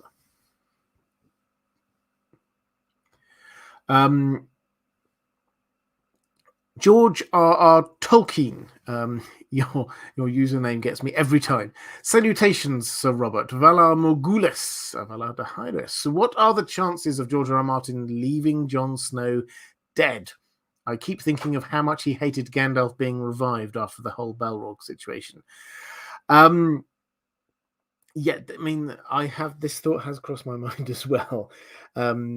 We left Jon Snow dead, and is there a chance that George R. R. Martin might just suddenly decide, you know what, he's going to stay dead? There's a chance. I think it's a very, very, very small chance for reasons I will give in just a moment, but I think there's a chance that he might just go, I just want to defy expectations. I mean, the show went its way, and he's now got his opportunity to go his way. Does he want to do something slightly different? If he did, the biggest thing that he could do straight away in the Winds of Winter to make us take a step back and go, "Whoa, this is not going to be like it was on the TV show," is if Jon Snow stays dead. I think he may, in any event, stay dead or walked into Ghost for longer than he did on the TV show, which I can't remember off the top of my head, but what was it? A day or two, maybe 3 days. It wasn't very long. I think that his body will be put in the ice cells. I think it will freeze over. I think he'll be gone for a little while. And the longer George R.R. Martin leaves it in the Winds of Winter, the more a kind of a shock to the system it will be. But I said that I think that he will bring him back. I think there's a couple of reasons for this. One of which is he's set this up. The Jon's role is important and was important from the very beginning. Who his parents are is with a mystery from the very beginning that we're there trying to figure out. It's always sort of at the forefront.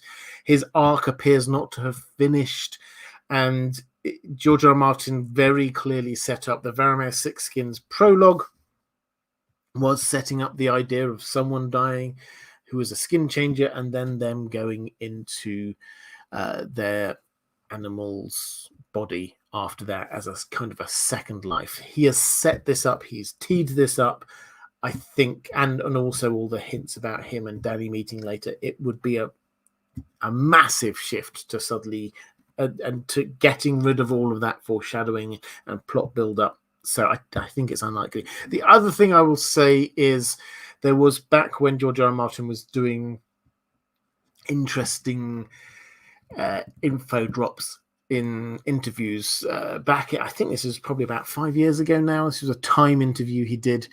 You were talking about the Gandalf coming back. He has moaned about this a couple of times. I did a video about it, but he talks about that in this interview, and he says, he didn't like it for various reasons. And he goes on, and I'll read the quote out for you. He says, if someone comes back from being dead, especially if they suffer a violent, traumatic death, they're not going to come back as nice as ever. That's what I was trying to do, and I'm still trying to do with the Lady Stoneheart character. Then the interviewer interjects and says, and Jon Snow too is drained by the experience of coming back from the dead on the show. And George R. R. Martin goes, right. And Paul Beric Dondarrion, who was set up as the foreshadowing of all this, which clearly the plaintext reading there is that all this is Jon as well as Lady Stoneheart, and he's saying, right, agreeing about what Jon Snow is like. So basically, the thing I think that we get from this is that Jon Snow is not going to come back, in his words, as nice as ever. We've had that hinted at in the Varamir Sixskins chapter. He is going to come back more wolfish, and feel free to interpret that however you wish. More of a killer instinct, maybe more of a loner, but also more of a pack instinct. Ghost is silent. Maybe he's going to say a lot less. I know some people who've said that's it. Maybe after this, we're not going to get any Jon POV chapters. That would be, I think we probably will, but that's a possibility, a definite possibility, if George R. R. Martin wants to underline Jon's silence and make him feel very different now. Not allowing us into his thought processes would certainly be a big part of that. Kai's Ballerina saying, dumb question, but how do ravens know where to deliver to? Well, we're told that they used to be more intelligent and could be sort of trained, but now they do seem to have a system where, like with homing pigeons, you have some that are from King's Landing, for example. So King's Landing have their ravens, and then every now and then they sort of get taken out to the different places, and so one of them goes to, I don't know, River Run, and that one is then the King's Landing raven. And when they wish to send a message to King's Landing, they do it with that raven and send it back. And it just goes back home. So that's the feel that we've got for what's going on here, is that they're think homing pigeons, but ravens. Roman Lakovets saying, where do you think Bryndon Blackfish has gone after escaping River Run? Oh, that's some great questions today, guys. I'm loving this. So the Riverlands is awash with fascinating groups and people and characters. We've got Lady Stoneheart and the Brotherhood Without Banners. We've got Brienne and Jaime. We've got the Hound, probably. We've got the remnants of the rest of the Brotherhood Without Banners who've headed off somewhere. We've got the super pack, Nymeria's super pack of wolves. We've got the Blackfish. We've also got the garrison from Riverrun that Jaime just freed and sent off. We've got Jane Westerling, Rob's widow. We've got lots of different interesting characters who are within a few miles of each other in the center of Westeros. Where has the Blackfish gone? I think he is going to meet up with his garrison again. I think that he's going to join up either with Lady Stoneheart, or he's going to go north and join the Starks. It's worth noting, because I don't think we think about this all that much. When you get that chapter at the end or near the end of Game of Thrones, when they're all King of the North, they're saying that Robb Stark is their king. That wasn't just the Northerners. That was the Riverlands people as well. They were all swearing fealty to Robb as king. So the Blackfish actually owes fealty, not just his own personal fealty to House Tully, but also to House Stark now. So he will probably go to help them as and when he can. But I think in the short term, he's going to join up with his old garrison. And I think that he will then, with the help of the Brotherhood Without Banners, retake Riverrun. So I think it's going to change hands once more back. Eric Harker saying, hello, Maester Robert. Thank you. Dunk and Egg of a continuing theme of things not being what they seem. That being said, do you think that Dunk was never actually knighted, and will he come clean with Egg eventually? So was Dunk ever actually knighted? I did do a video on this ages ago. It's one of my favorite little topics. So Dunk is Sir Dunk, and he enters as a hedge knight into a tourney. That's our first story. That's the entry point to the story. But the first scene is before that. The first scene, we have him burying Sir Arlen Pennytree, the knight who he had been squaring to. And he's there, and he said, sad, Sir Arlen has died, and he's thinking, what do I do now? And he thinks, well, maybe I could just join an army. Maybe I could get a job over there doing that. He doesn't have any big thoughts. And then we read, I don't have the exact text in front of me, but it's that, and then he had an idea. Cut to the next scene. He's a knight. He's got all of the stuff on, and at this tourney, he then introduces himself as Sir Dunk and says that he was knighted by Sir Arlen. No one was there. There were no witnesses, but on his deathbed, Sir Arlen knighted him.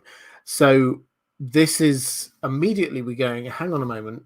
So we went straight from, hey, I've got a cunning plan, to now this is the cunning plan. And we're left to think that he is pretending to be a knight. He is lying. And the various things happen after that make you go, yeah, that's probably true. One of them is the fact that there is a point at which he is asked to knight someone, any knight can knight another person.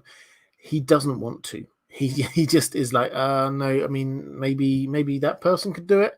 And it's almost as if you can just hear his thoughts going, I can't, because I'm not a proper knight myself. Therefore, I can't make this other person a knight. What is fascinating here is the fact that he is this pure, true knight, and yet it's all based on a lie. And when you're looking at Brienne, who's his echo later, his descendant later, she is this kind of true knight, but she is not a knight herself. So that is the kind of the link across there, is that Dunk wasn't technically actually a knight. She technically isn't a knight, but there's no one in the entire story who is more knightly than those two. So, and then Brienne herself seems to be lying to Jaime. That's the last thing we hear her say, is the lying that the Hound has got Sansa. So the echoes are there. Will he come clean with Egg eventually? I think he probably will. At some point, I think he probably will. Joel Elson, thank you so much for the super sticker. I think that's me caught up. No, one more question in the chat. Pothead Joe saying, hello, Rob. Hope all is well. It is. Thank you very much. Any ideas on the 3 hedge knights hired by Baelish? One seems to be the elder brother and the other 2 seem odd. Shad's conversation with Brienne also feels off, and the Winds chap. Yeah, I don't have any huge thoughts on this. I think this is something I will come back to next week, I think. The Brienne, I've just been doing. I talked a moment a bit ago about collaborations with History of Westeros. The next one I've got coming out is the Travels of Brienne, and she meets a lot of interesting characters when she's on her sort of quest to try and find Sansa. It's the template that George R. R. Martin is using for that does appear to be this template of a knight errant. She is a knight errant out on a quest for a lady to do something which is almost very likely not possible, but she gets a chance to show her valor, and she gets a chance to show her honor, and she travels across the country in order to try and complete this likely impossible mission. And the characters that she meets kind of fit these kind of stereotypes. There's a couple of characters there who the knights she meets are very kind of Arthurian knights with this wonderful sort of highfalutin language. Then we get another hedge knight who she meets, Shadrach, who she meets, who is also looking for Sansa, but he's trying to do it for money rather than her honor. So it's trying to contrast the two to show what Brienne's character is like. So somebody in the chat, sorry, I didn't see who it was, saying, being a peasant in the Riverlands must be the worst. Yes, absolutely. The Riverlands is always at war. Question from... where are we at? George R.R. Tolkien. Is there any type of news on Mushroom in House of the Dragon? He is one of the most anticipated characters to see in the show, along with Daemon, of course. Has he been casted yet? No. We have had no news on Mushroom for House of the Dragon. The thing about Mushroom is that he is not certainly in the early part of the story, he is not a central character. He is in the Fire and Blood because he is one of the key witnesses and the key sources that Gildain uses in order to tell his story. But although he is there, there's no indication that he's actually a central character. It's certainly not in the ways of Rhaenys, Rhaenyra, Daemon, Kristen Cole. Those kinds of people are at the center of the action. Mushroom isn't. So They may not cast him. I think what we will find, I know, I'm sorry. I think what we will find is that they will, but they'll have him just in the background, maybe until later when we get to the end of Rhaenyra's time. Her court kind of shrinks, and there are fewer and fewer people around her, and Mushroom is still there. And at that point, it would be pretty obvious if they're keeping him out. For now, there are lots of people around Rhaenyra, so the need for Mushroom is not great. Shashar asking why Tyrion is more offended when Janos Slynt calls him dwarf than when he calls him imp. To my naive ear, imp, it's not a naive ear, by the way, I don't think imp with its demonic overtones sounds much more offensive. Tyrion also uses the word to describe other little people without any will to offend. I think that this is a language usage issue. I think that the dwarf is the general term used in that world for somebody with Tyrion's condition, his height. It's just a general term. He talks about dwarves. He accepts all dwarfs. He accepts that he is one, but it's a general term. Imp is a term that he has sort of adopted for himself. Remember that speech he has about, don't forget what people say you are or think you are, use it as your armor, wear it as your armor. That is what he does by adopting this imp persona. People call him the imp, often in a quite nice way. Jamie often calls him the imp. It's something that he has adopted for himself. He has taken ownership of that word. So when Janos Slynt is not calling him imp but dwarf, he's refusing to use the term that Tyrion uses for himself, and is just using a generalization. You're just like one of many other people, and that, I think, is why Tyrion dislikes it more. He has found a term that he likes, that he owns, and Janos Slynt is refusing to use it. Diego Godoy saying, Hola, Robert. Hola. Going back to the prologue of Game of Thrones, do you think there is any meaning on the fact that the others first move to attack Waymar Royce, who's got first men blood? Do you think they would have acted differently if only the other two Night's Watchmen, Garrett and Will, had been there? Well, I mean, this is interesting. I think that the chapter, the prologue to book one, is probably the chapter I've read the most times, just going back to it again and again, over-analysing probably the section when the others appear, because we've got so little information about them. The high-level point I think we have to make here is that the others clearly have a plan. The plan is to destroy the leadership, to kill the leadership of the Night's Watch. That's, whenever we see them, that's what they seem to be doing. Waymar Royce was clearly a leader. Better clothes, better sword, ordering other people around. He's clearly a leader. Then we get the next part. You get that White attack in Castle Black. Who did they go for? They went straight for the main man himself. They went straight for Lord Mormont. The other one went for Jeremy Riker, who's also a part of the command team. What do we know about what happened to Benjen? We know that his team got attacked by Whites at some point, so they also focused in on him. This is very clearly a strategic attempt to destroy the leadership of the Night's Watch. So that is what we're seeing. We're also seeing, I think, the first, or one of the first, contacts between the Night's Watch and the others for a very, very long time. They pause. It's almost as if they're testing themselves against him, not so much him as much as themselves. They have a fight. His sword shatters, and they laugh, and then they all bundle in and kill him. It's like, we've been gone a long time, maybe even thousands of years. have you improved your technology? Are your swords better?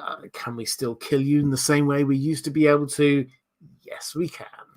And no, your technology has not improved. So that's the kind of vibe that I get from it.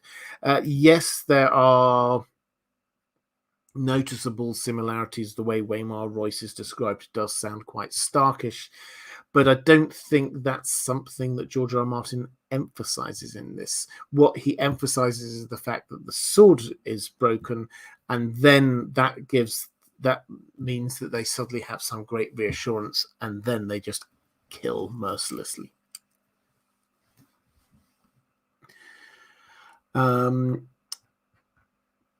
Question from Sylvia Galasso saying, "Ciao, Robert. Ciao. Will Lady Stoneheart resurrect Jon Snow by giving him the kiss of death and passing on her life to him in order to fulfill Rob's will?" Personally, I think no. I completely understand the feeling here, the thought here. I've heard it a few times before. This idea. So Lady Stoneheart, clearly Beric had passed his life force onto Lady Stoneheart. Lady Stoneheart's there. She knows that Jon is the rightful heir to Winterfell, and as a sort of a bringing cat story full arc where she can be nice to Jon and also passing on the life that Beric gave to her onto Jon. I get all of that. It ties in nicely.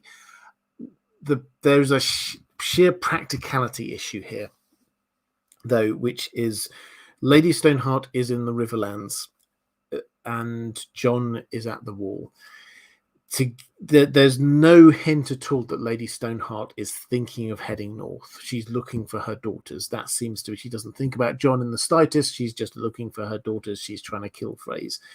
So that doesn't look likely at any point in the near future. Added to which, even if she did head up straight away, that's a journey of months to get up there. In the winter, where we're already told that the road between Winterfell and Castle Black is getting impassable, this is not an easy journey.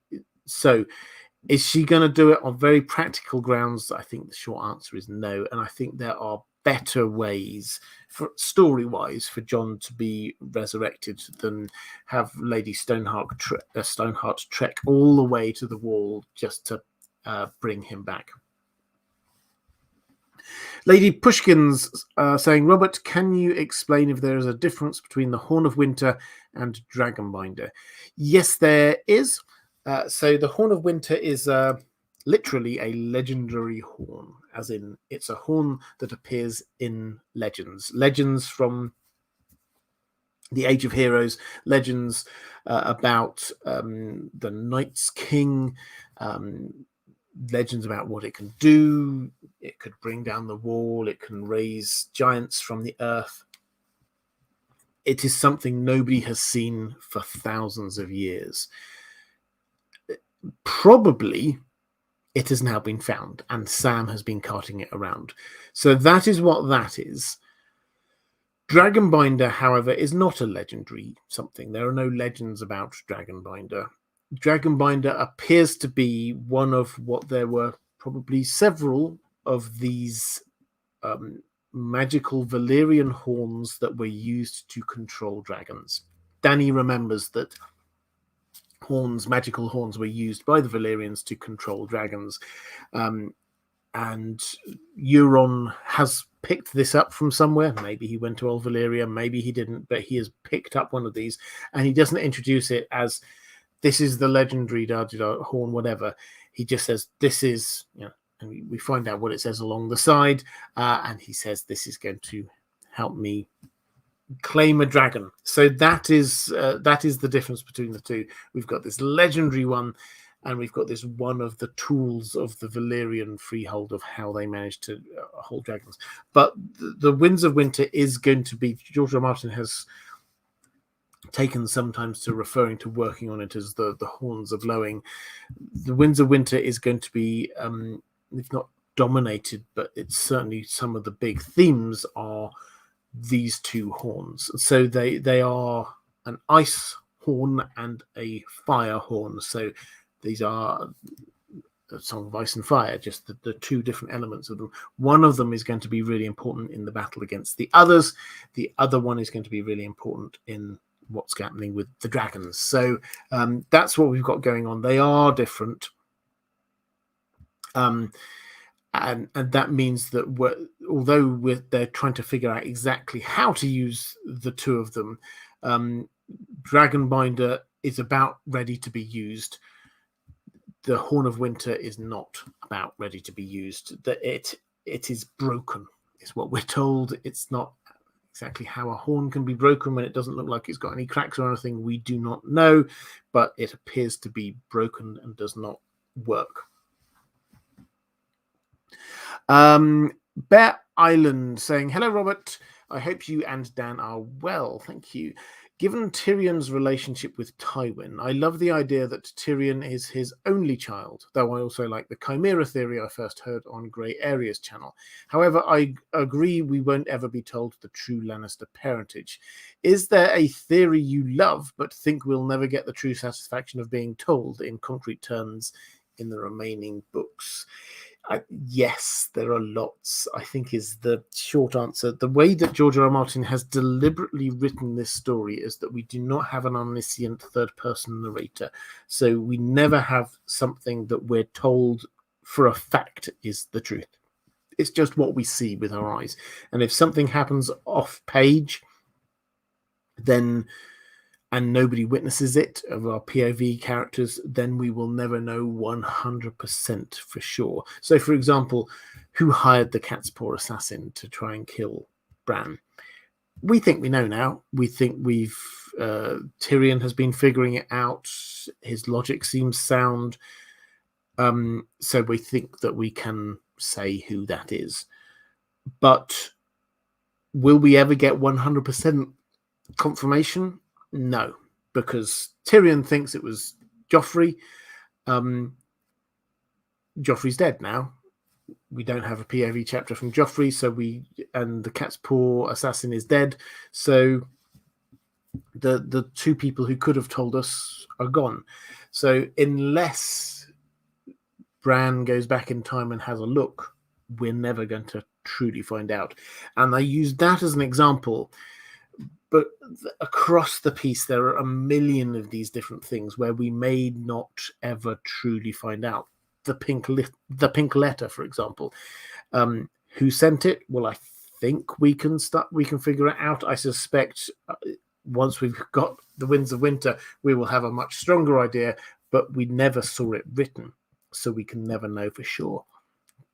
Fagon, similarly, I think that we can come to conclusions that who Fagon is. Will we ever know for sure that he wasn't actually Aegon? No, I don't think so. Megan Forrest, what do you imagine is going on in the Shadowlands beyond Asshai? Oh, bad and nasty things. So we just get rumors and legends about what happens in the Shadowlands beyond Asshai. It's just what we're told in the World of Ice and Fire. So we get Stigai, the dead city where the corpses are, and we get possibly more dragons. We get horrific monsters. Who knows? I think the thing is, at some point, there will be water. This is the equivalent, George R.R. Martin's equivalent of a map, one of those oldie worldy maps before the whole world had been discovered by whichever particular map maker this was. And then there's a little area that just says, here be dragons. It just kind of fades out. We don't know what's over there. That's his feeling. And he's trying to show us this Westeros-centric worldview by having the further east you go, the more outlandish, the more horrible it sounds, and the more ridiculous some of these. Are there really eagle peoples where you get humans who have wings the further to the east? We don't know. That's just the rumor and the legend that has come back to us. Is there really this horrible corpse city? We don't know, because it's beyond, it's outside of our understanding. But as I say, if you go further, because this is a globe, then you will get the water. You will get the sunset sea, although there they may call it the sunrise sea.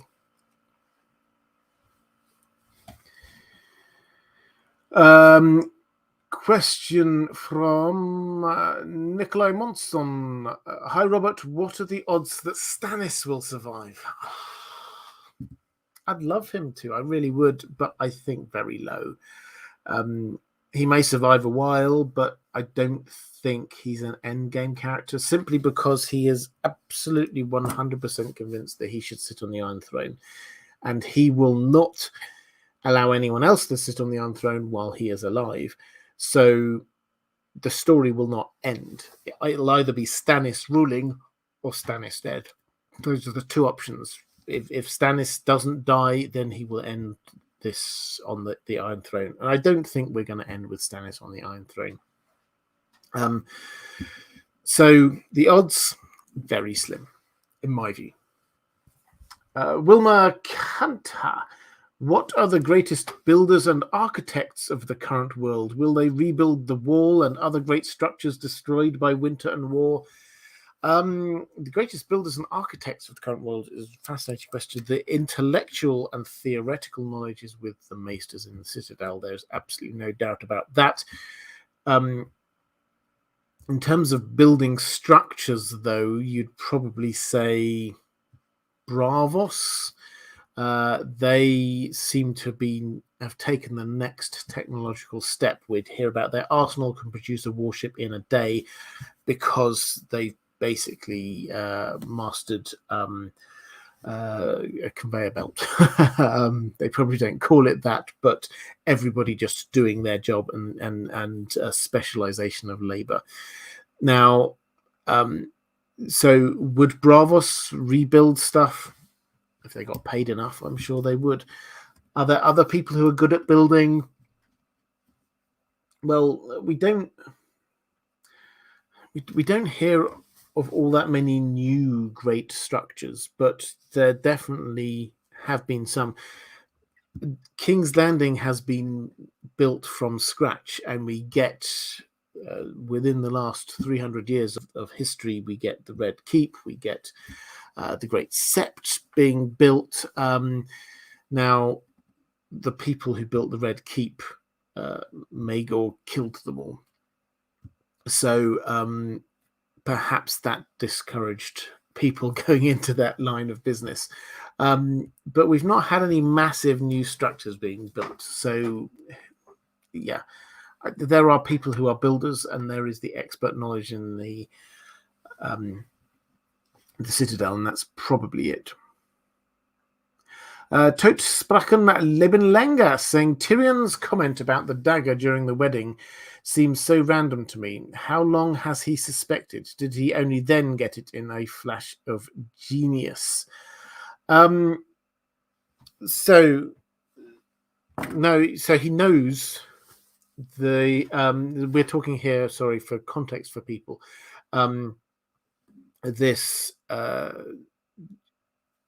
He gets the dagger, so we get Joffrey being given a Valyrian steel sword, and he chops Tyrion's book in half, and he basically says, "I am no stranger to Valyrian steel," to Tyrion, and Tyrion goes, so this is the person who did it.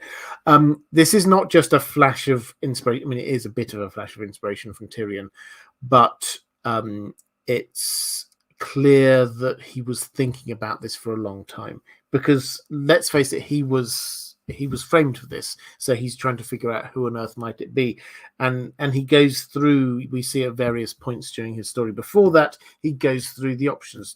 Could it be Jaime? He does. It's not Jaime's style. Could it be Cersei? He doesn't put it past her, but he thinks that she'd do a better job of it. He thinks through a few other different options, and eventually the only real possibility is Joffrey. And then he talks to Jamie, and Jamie kind of agrees that, yeah, that's the most likely culprit. So is it a flash of inspiration? Yes, it is, but it's on the basis of a lot of deep thought building up to that moment. Agree. We're saying assembly line. Yeah, absolutely. John Cole saying, do you think we'll see Lord Leighton Hightower and the Mad Maid, perhaps if Euron attacks Old Town? Yes, definitely. We will. Whether we see them is a different matter, because we've got quite limited points of view characters there. We've got the damp hair, Aaron, and we've got Sam. And are either of them going to be up at the top of the High Tower? I can't see an obvious reason why they would be. I like the idea that we're going to get Euron on a dragon landing on the top of the High Tower. So that's... the visual is great. We've had Fire and Blood, some kind of foreshadowing. If we wanted to see foreshadowing for that, it is there. So we might not see Leighton Hightower and the Mad Maid, which is his daughter's name. Well, it's not her name, it's what people call her. But yeah, we might not actually see it, but they will be involved. Andrew K saying, I don't genuinely think it will happen, but it will be interesting if we get a shift of capital or hub for Westeros. King's Landing is so connected to the Targaryens. Yeah, this is one of those things for after the end of all of this. I think that King's Landing will be the focus all the way through to very much near the end. Then we're not going to get a 20 years later thing from George R.R. Martin. This is what happened and this is how it all turned out. We're going to leave it when the story ends, and that will be in the ruins of King's Landing. The decision might be made to go elsewhere, but yeah, Old Town makes some sense, but that will also be destroyed. Harrenhal and the Isle of Faces might also make some sense, but basically there's going to be no good home for government.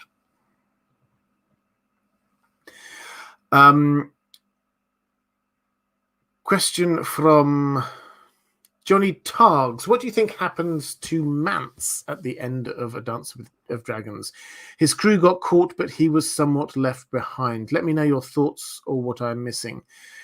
So in A Dance with Dragons, at the end of it, this is in Winterfell, basically Mance, who is undercover as Abel the Bard, and his 6 spearwives, they get Theon, and who everyone thinks is Arya, but it's really Jane Poole, out up to the top of the ramparts, and then they can jump. So that's where they get to. 2 of them go with them, but get killed en route. The others head off. Rowan leads the other couple of the spearwives to go and get Mance, who is in the Great Hall. What happens after that, we don't know. I think it's important not to mix this up with the Pink Letter, which basically makes lots of claims about what happened, but probably isn't accurate, and may well have even been written by Mance himself. So what happened to Mance? Well, I think that he realized that the time for subtlety and impersonation has gone, and he now just has to hide. His name, Abel the Bard, is clearly a reference across to Bael the Bard. Bael the Bard, a legendary person, legendary guy who hid in the crypts of Winterfell. I think that's what he's going to do. I think he is going to go down into the Winterfell crypts, and he is going to hide there with as many of his spearwives he can take with him. So do we know that? No. But that's what the linguistic clues seem to be pointing towards. Shar, during the build-up to the Purple Wedding, we see Tyrion, I was talking about this earlier, we see Tyrion gift a book to Joffrey, Lives of Four Kings by Grand Maester Keith. Joffrey doesn't let us read any of it, but it is commented on in various ways by Sir Kevan, Tyrion, and Oberyn.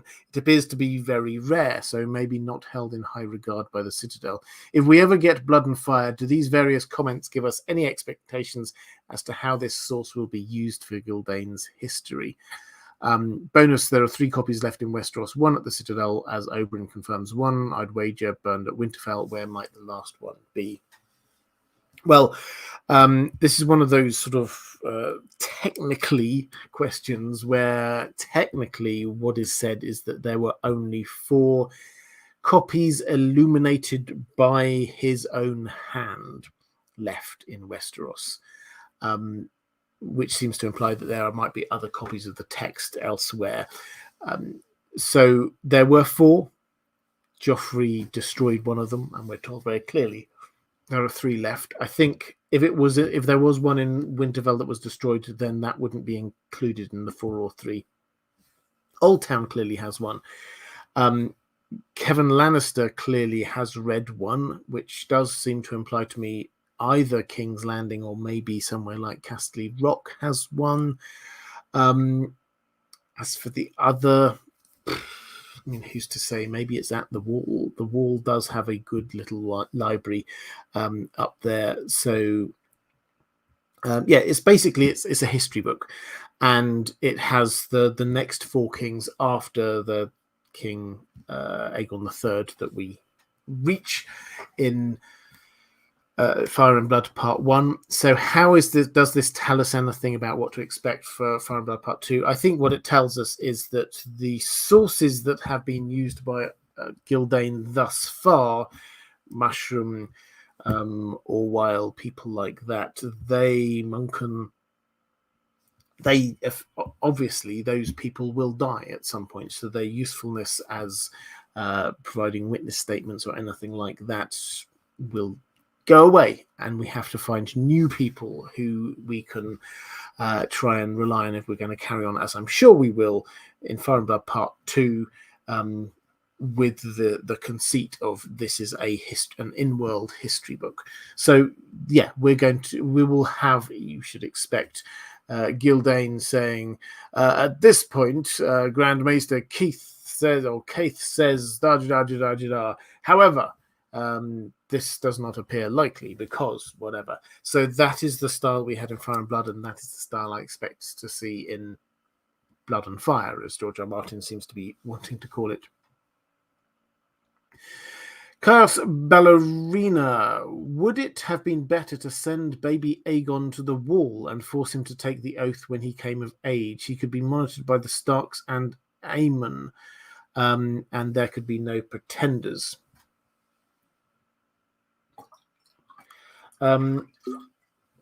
So this is talking about Aegon, who the Lannisters think they killed, and who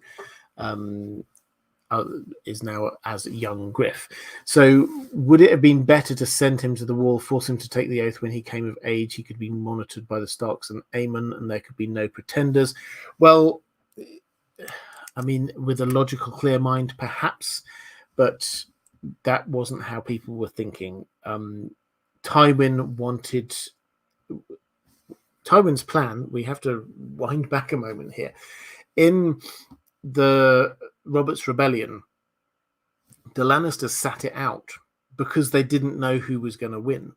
And Tywin did not want to back the wrong side. And he left it until the very, very, very last minute. He marched his army into to King's Landing, and they got to the gates of King's Landing, and even then nobody knew whose side they were. This was the very last bit, effectively, of the entire war. The decisive battle of the Trident had happened, and Tywin's army had arrived at King's Landing, and nobody knew whose side they were on. He needed to do something to prove, in his mind, to prove that he was on the side of Robert Baratheon. What could he do? Well, yes, he could sort of take King's Landing and then just sort of like say, and here we are, here's King's Landing, my new king. he could do that, but he wanted to show something more. And Tywin's mind immediately went to, well, I'll just kill all of the Targaryens to get rid of any possible pretenders to the throne. That was his thinking, and he didn't live long enough to know that Aegon would come back. So I think from a purely clinical perspective, that it did kind of make sense, and Robert seemed to approve of it, which led to the argument between Ned and Robert over this. Joel Elson saying, this is picking up from Magnus L saying, hello there, thanks for all the hard work, impressive. What happened to Oliver? Thanks. Good question. I think that's one I will come back to next week. Don't want to give you a half answer on that one. I will pick that one up. Jamie McKenna, welcome to the chat. Aspor Loki Runarsson. I've completely mispronounced that, I'm sure, but that's a fantastic name. What are some minor characters you hope survive? Minor characters I hope survive. I mean, everyone loves Dolorous Edge, don't they? I don't know. This is just trying to work my way through which minor characters. I do quite like. I mean, some of the wildlings. I'd love Osha. I don't think Osha will survive, but I'd love Osha to survive. I don't know. I think some of the characters over in the Far East, sort of towards Meereen, they're just a lot of fun. Like the Tattered Prince would be really good fun to survive. I think Edric Storm, who's done nothing wrong, it would be nice for him to survive as well. But yeah, it's an interesting question. But if you're watching this live, feel free to put it in the chat, or indeed, if you're watching it later, put it down in the comments. Which minor characters would you particularly hope survive? Megan Forrest, I fell asleep listening to Fire and Blood and woke up to Maegor's wives birthing stillborn lizard babies. Wow. It reminds me of Dany's miscarriage. Is it always curse related or something more? No, it seems to be just a thing that happens to Targaryens sometimes. This is just, it happens almost every generation of the Targaryens, that some children are born allegedly with scales and wings and tails and things like that. So it's not, I did once have a quick flick through. It doesn't seem to be just related to it's the bad evil ones or there's a curse or something like that. It does seem to be pretty much across the piece that a certain proportion of Targaryen babies are born like that.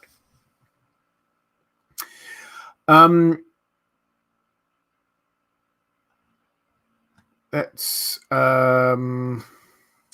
go to questions from my patrons. Vance saying, hello, Robert. It seems that the creation of new nobility in Westeros comes at times of great upheaval or completing a heroic deed, such as Davos being raised to a landed knight after Robert's rebellion, or Sir Philip Foote becoming Lord of Nightsong after the Battle of the Blackwater. Given those examples, I struggle to imagine who the heroic founder of House Frey could have been, who won land and title for his family. Any thoughts on who this chinless, weasel-looking champion may have been, or what deeds he had done? This is a fascinating thing. We do not know, is the short answer. But the slightly longer answer is that we know that House Frey appeared in about 600 years ago before the story. Now, that places them at 300 years or so before Aegon's conquest. What was going on in Westeros at the time? Well, it's quite vague, is the short answer. But House Drundon, the Storm Lords, had 100 years previous to that, they had taken over the Riverlands, and so their land extended all the way down from Storm's End right across Westeros, and so they even got as far as the west coast, so right up all that far. What we're told, though, is that over the course of the next few generations, they get pushed back. They have to. Now, Hoare comes in, and that is where Black Heron comes after that. So, what does this mean for the creation of House Frey? Where the twins are now is in the Riverlands. So that was 100 years before House Frey came into being. It was held by House Durrandon. Now, then they withdrew. And then House Frey was granted that land and a title. So, reading between the lines, they played a part in pushing back House Durrandon, and they were given this land. Now, no one at this point had been, it would appear, had even thought of the fact that this would suddenly be a hugely important strategic point.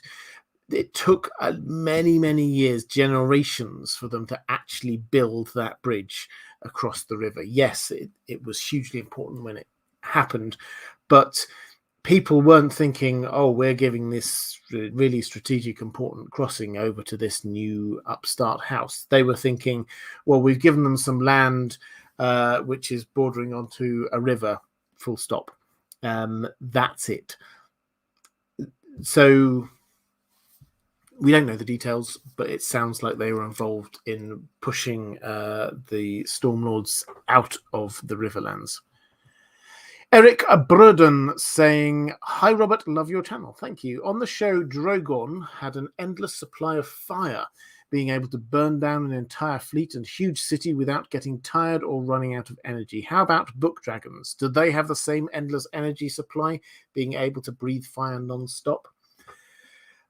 Well, we don't know. In the main A Song of Ice and Fire, the dragons are still very young, so we haven't seen them really in full-scale combat. In Fire and Blood, it certainly appears that the older dragons seem to be able to do lots of burning. Aegon was flying swoops over lots of places in Dawn, just firebombing them effectively. So it appears that this is something that grows with age. When you get to be an old, mature dragon, you can breathe fire lots. If you're a younger dragon, maybe just little bursts here and there. That is probably about as far as we can go, because all the time when we get to dragons, the maesters, which is our main source of knowledge on this, unfortunately, they're all well, who can really say about dragons? It's a big mystery. One person did write about them, but they were clearly a heretic, so we'll just ignore that. So we don't have a detailed breakdown and understanding of how dragons work, the anatomy of dragons. But they got bigger and fiercer, and their fire was stronger and hotter and more powerful the older they got. So Balerion, the oldest, biggest, fiercest dragon there was, had hugely hot fire and seemingly could do lots of it. Zakalok, during the Winds of Winter Ariane chapters, George R. Martin focuses on deep caves where one of the young Sand Snake princesses gets lost. Why do you think that is? This is Elia Sand, who is a great little character, who, when they're going through the Rainwood, she finds some caves, and then she sort of disappears down in some caves and does not return. They have to send a search party out looking for her. Eventually they find her, and she's just basically catching some fish. But while they're there, they look around and go, oh, so it looks like these caves many years ago, this is where the children of the forest were, and they see some cave paintings. They all trundle out. Eliasan gets told off for running off, and that's about it. So why? What was going on there? Partly just world building, partly just showing extra elements. We've not really spent much time in the Rainwood, but it's useful to understand that the children of the forest were everywhere and actually see that. Partly this is character building. This is showing us the character of Eliasan. We see it a lot. She seems quite a handful, let's say. We see her character. She doesn't really pay much attention to authority. She does what she wants. She follows her instincts.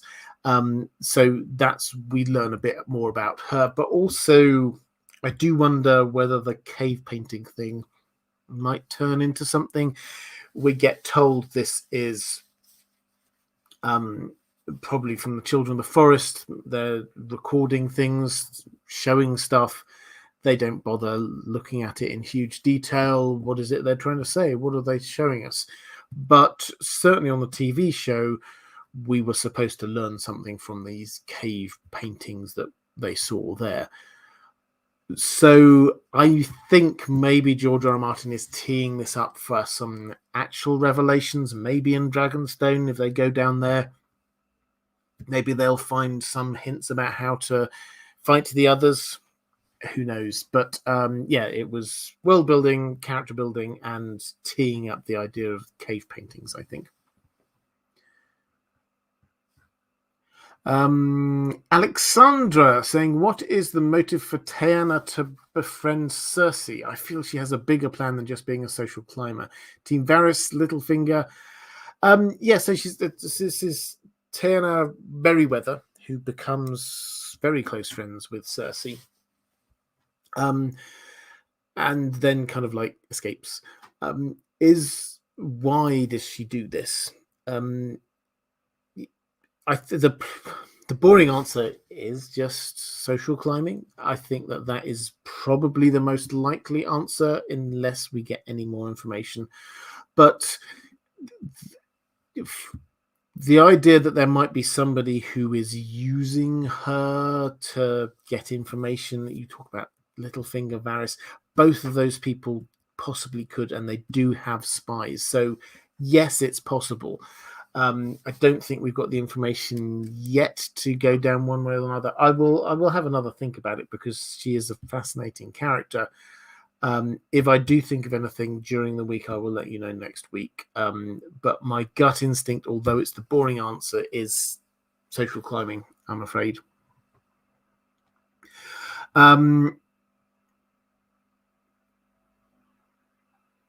Jamie McKenna saying, quite a handful equals relatable, a girl after my own heart.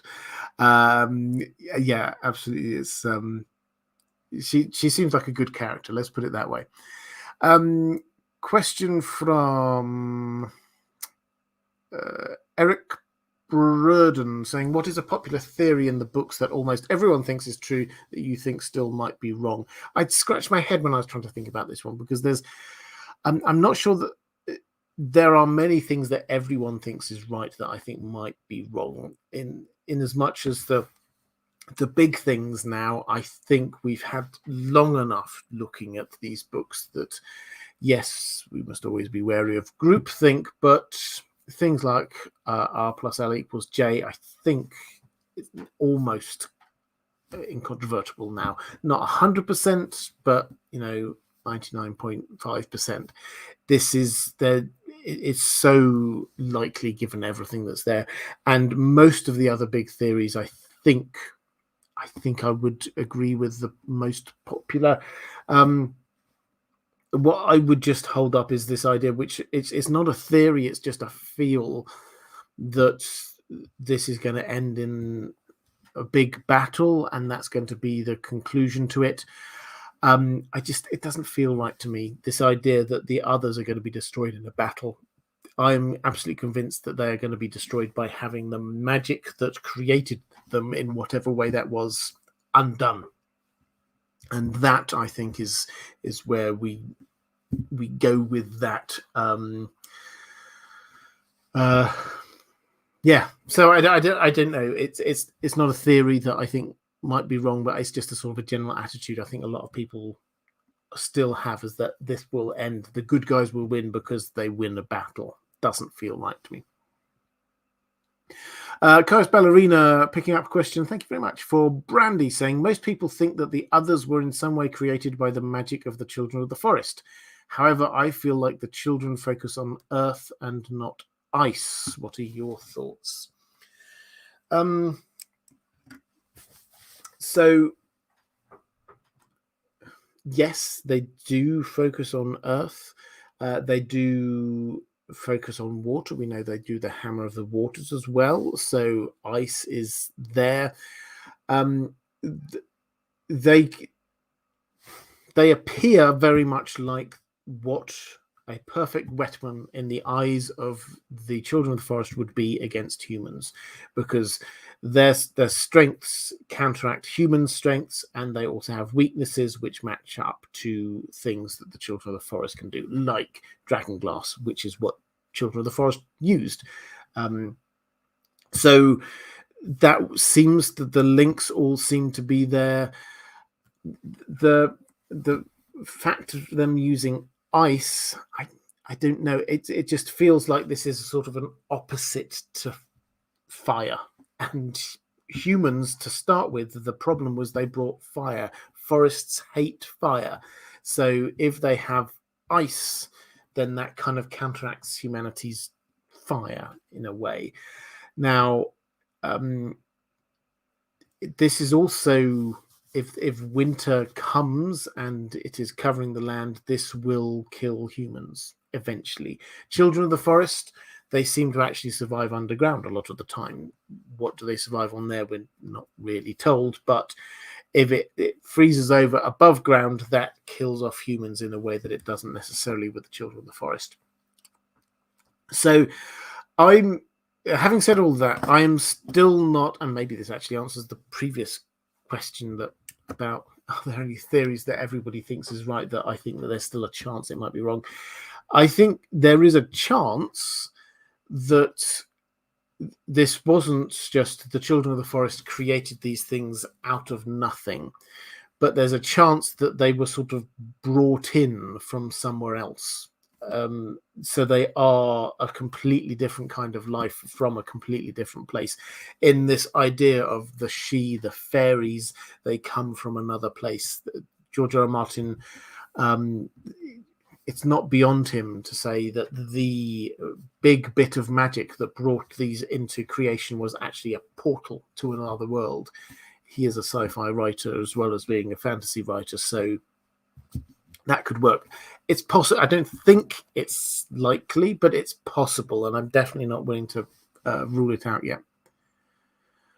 Chaos Ballerina saying, how long has Varys been destabilizing the realm? Well, I don't think he would view himself as destabilizing the realm. But in terms of trying to make it work for his plan, it's quite short term, really. In a Game of Thrones, when Arya overhears Varys and Illyrio talking, they're debating whether they should now be destabilizing, because when's this army going to be coming?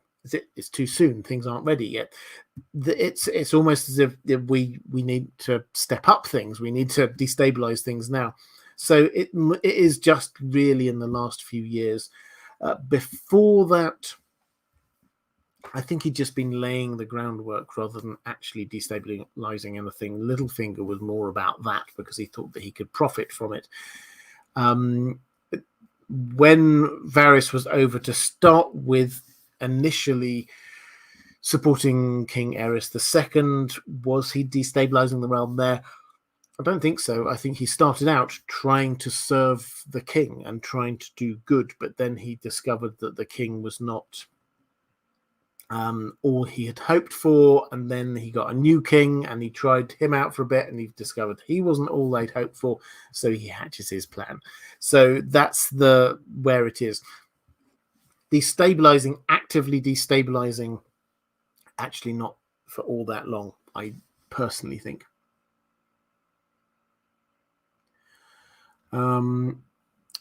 Question from Anti-Hero Association saying, hello, Robert. As an avid coin collector, I've started, there must be a word for a coin collector. Somebody clever put it in the chat for me. I'd love to learn words for that kind of thing. I've started to notice the true weight and space that collecting silver and other precious metals can consume. I'm curious what the people of Planetos would do with the wealth they accumulated, especially hedge knights. Was it customary to simply carry your wealth around in order to protect it?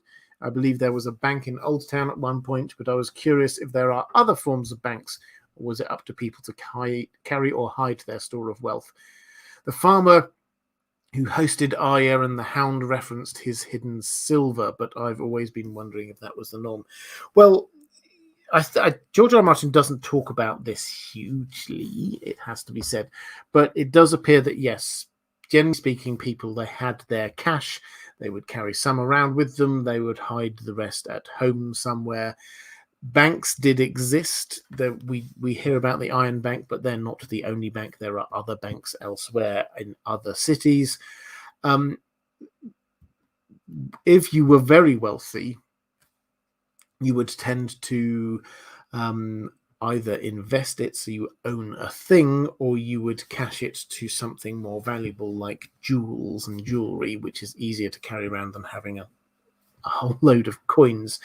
But this was a real issue in our own Middle Ages, having all of these coins, and it was a real issue in Fire and Blood. So when at the beginning of the Dance of the Dragons, when the Greens control King's Landing, they literally take the money out of King's Landing. They just grab it and move it. So they split it into four. A quarter of it they put into the Iron Bank of Bravos. A quarter of it goes to Old Town. A quarter of it goes to Casterly Rock. They keep their money, incidentally, largely in gold. There's a whole corridor full of golden things. And a quarter of it stayed in King's Landing for just general expenses. But they literally just carried the gold to somewhere else. And yeah, that's what you would do. Most normal people didn't have that much. That this was an issue, but you might have yourself a little stash somewhere.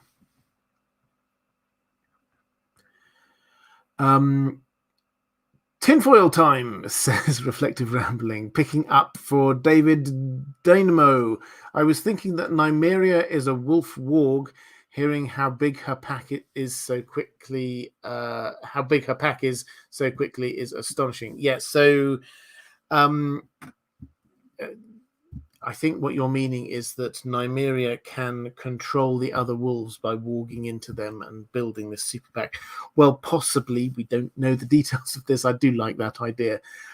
But I think it's as much that, and there will be wolf experts. There are always people who are experts on things I'm not. But the impression that we're being given is that it's simply that Nymeria just grew bigger and stronger and more alpha than all of the other wolves, and so the pack around her grew and grew and grew. So that's the impression we're being given. Whether there is a magical element to that, I don't know.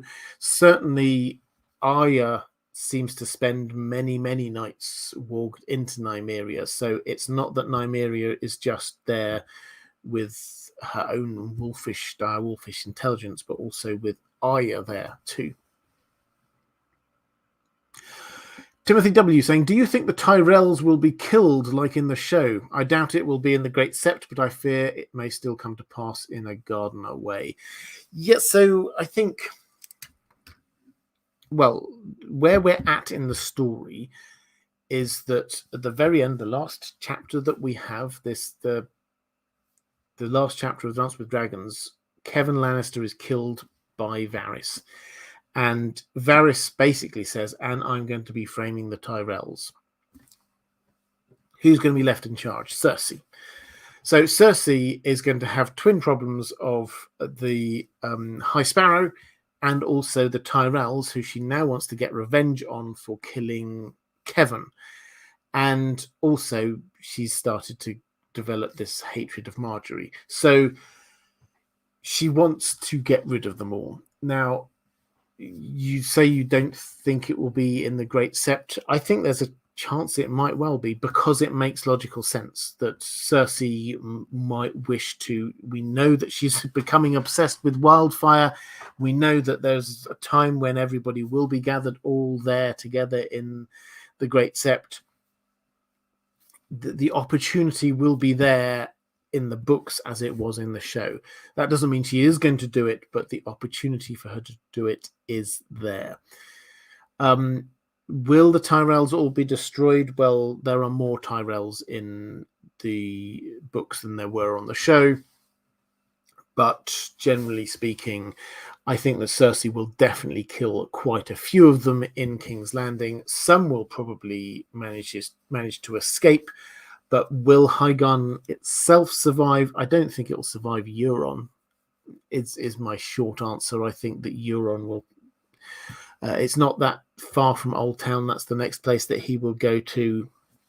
Yeah, the Tyrells are not going to last, I'm afraid. Some will survive, but as a major player, no.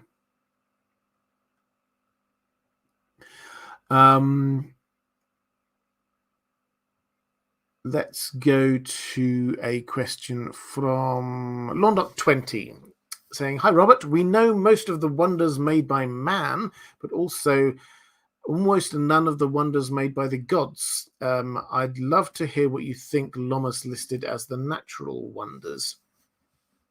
So, yes, he wrote two books. One is The Wonders Made by Man, and the other was simply called Wonders. We have one listed, which is a large cave system near Norvos. That's all we know about it. It's supposed to be good. It's supposed to be impressive and magnificent. There's speculation that the bone mountains, which are sort of the other side, blocking off the far eastern part of Essos, Lomas Longstrider saw them and despaired, apparently, and so he dare not go through them or over them. He got a boat to go around them. So there's a fair chance that would be included. What else? I mean, I don't know. I wonder whether the Sunset Sea might be the sea that is so big and wide that nobody can get past it. That kind of makes sense for me. Maybe where there might be some kind of forest. I mean, the Dothraki Sea, although it wasn't quite as big in his day, that is also hugely impressive.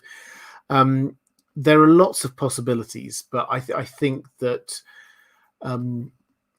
George R. R. Martin hasn't written as much about the natural wonders as the sort of the built wonders. It's maybe that's just where his own personal interest is, but yeah, we don't get sort of. And here is a waterfall. I mean, we get a waterfall from the Erie, but we don't get these huge waterfalls that sound like the Niagara Falls, or we don't get these mountain ranges that, other than the bones that are so astonishing that whatever.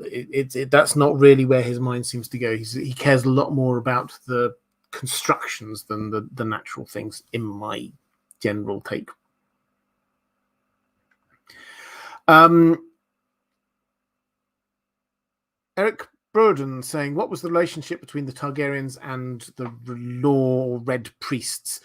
There wasn't much of one, is the short answer. The worship of R'hllor was around, but it wasn't what the Valyrians worshipped. The Valyrians had their own gods, we're told, gods plural, whereas clearly the red god that's the one god in the mind of that religion. What seems to have happened is that whereas you may have had this overarching faith for the Valyrians themselves, they clearly tolerated other faiths being allowed around their area, their freehold, and the R'hllor worship seemed to spread across Westeros. The way when we get to the story, when Tyrion sees it, for example, in Volantis, it's presented very much as this kind of revolutionary people's army, the peasants. This is feeling very much kind of reformation-y. These are the people who are being riled up to take on the lords and masters. That's the feel that we've got for this, but whether that makes Monaro a kind of Martin Luther figure, I don't know. But that's the feel we've got, is this this mass of the small folk who worship R'hllor, rather than the rich people who and the landed gentry who worship their own gods. Timothy W saying, thanks for all you do. What are your thoughts on the Vale? Will Sweet Robin make it to the end? The Vale, I mean, I don't think we're going to see huge amounts more from the Vale. I think that we will get the rest of Littlefinger's machinations, and then he will spot an opportunity to get Sansa into Winterfell as the Lady of Winterfell, and he'll take everybody out from there and go, or take the knights from there and head up north. This is his plan. He's got in his mind, or very nearly got, full control over the Vale. If he gets the north through Sansa, and then he's also got the Riverlands. Let's not forget he's the Lord of Harrenhal, so he thinks that he will claim 3 of the 7 kingdoms. So that is his objective.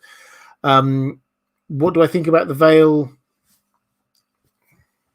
Will Sweet Robin survive? I think there's a chance Sweet Robin could survive, as long as he is Littlefinger's justification for being in control. At the moment, he's Lord Protector. Sweet Robin is still the Lord, but he's still too young, so he is there. And if he goes, then somebody else, but Harry the Heir, becomes the next Lord, and maybe that means that Littlefinger hasn't got as much power. So it's in Littlefinger's interests at the moment to keep Sweet Robin alive. Will he therefore survive to the end? I think there's a reasonable chance he will. Lambres saying, how do you think Lady Stone, I think you mean Lady Stoneheart, would react if she encountered Sansa, Arya, or Jon? I know it'll not happen, but was curious to hear your thoughts. Well, so Sansa or Arya, that will show that will be that part of what she needs complete. So she won't have the same motherly love as was Catelyn had, but she will feel a sense of satisfaction of some degree, I'm absolutely sure. Jon, I don't think there's going to be much there. I mean, yes, she won't meet him, so it's not really plot important. But yes, Cat didn't like him. But what would Lady Stoneheart think? The principle appears to be that Lady Stoneheart, when Cat died, what she was clinging onto, the thing which was upmost in her mind, was this anger and this desire for revenge, and that is what lingered of her. The rest sort of dissipated, and so when she came back, what remained was this anger and need for revenge. What was there with Jon probably wasn't uppermost in her mind. That's not what she's holding on to. That's not what's keeping her going, keeping her sort of alive. So I don't think that there would be actually huge amounts of passion when it comes to Jon. I think that's me caught up in the chat. Reflective rambling. If a character from one of the non-A Song of Ice and Fire things you cover could provide a bit of advice to one in the series, who would it be, and what sage insight would they provide? Great question. My mind immediately went to Gandalf. I have found that it is the small everyday deeds of ordinary folks that keep the darkness at bay, small acts of kindness and love. That I think he could say to almost any of the characters in the Song of Ice and Fire, and it would be worth it, because people thinking, how do I prevent evil? Well, I'll pick up a big sword and start trying to hit it, is the default position of people in A Song of Ice and Fire. That was not the default position of Gandalf. How do I oppose evil? By small deeds, everyday deeds of ordinary folks, small acts of kindness and love. That would just make for a better world.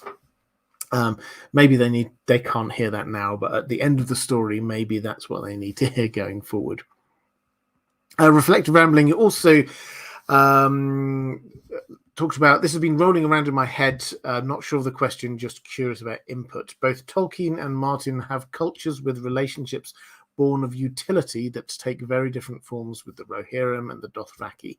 In this case, horses and humans. Horses go from being tools to being strong symbols for both people. The Rohirrim treat them with great reverence, more of a partnership, while the Dothraki integrate them in every part of their lives and spirituality. Can you draw on any similarities or talk about how different relationships can take on different forms in cultures or world building in this universe? My head goes out to things like the Roin and the Roinar.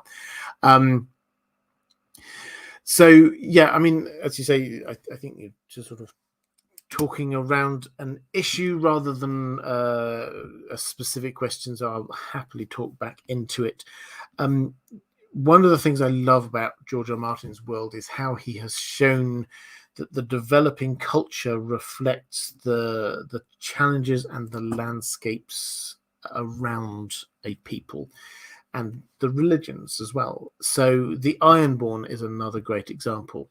They are surrounded by the sea, and this impacts on their religion, this impacts on their understanding of life. The fact that they can't grow many crops probably contributed to the fact that their life is therefore raiding other people's crops. That was just a natural part of how it was. And once you do that, then actually this creates a culture which is based on, what do we value? We value great seamanship. We value great people who just take what they want and need regardless. People who are strong. That is what is held up as being good and powerful and right in this culture.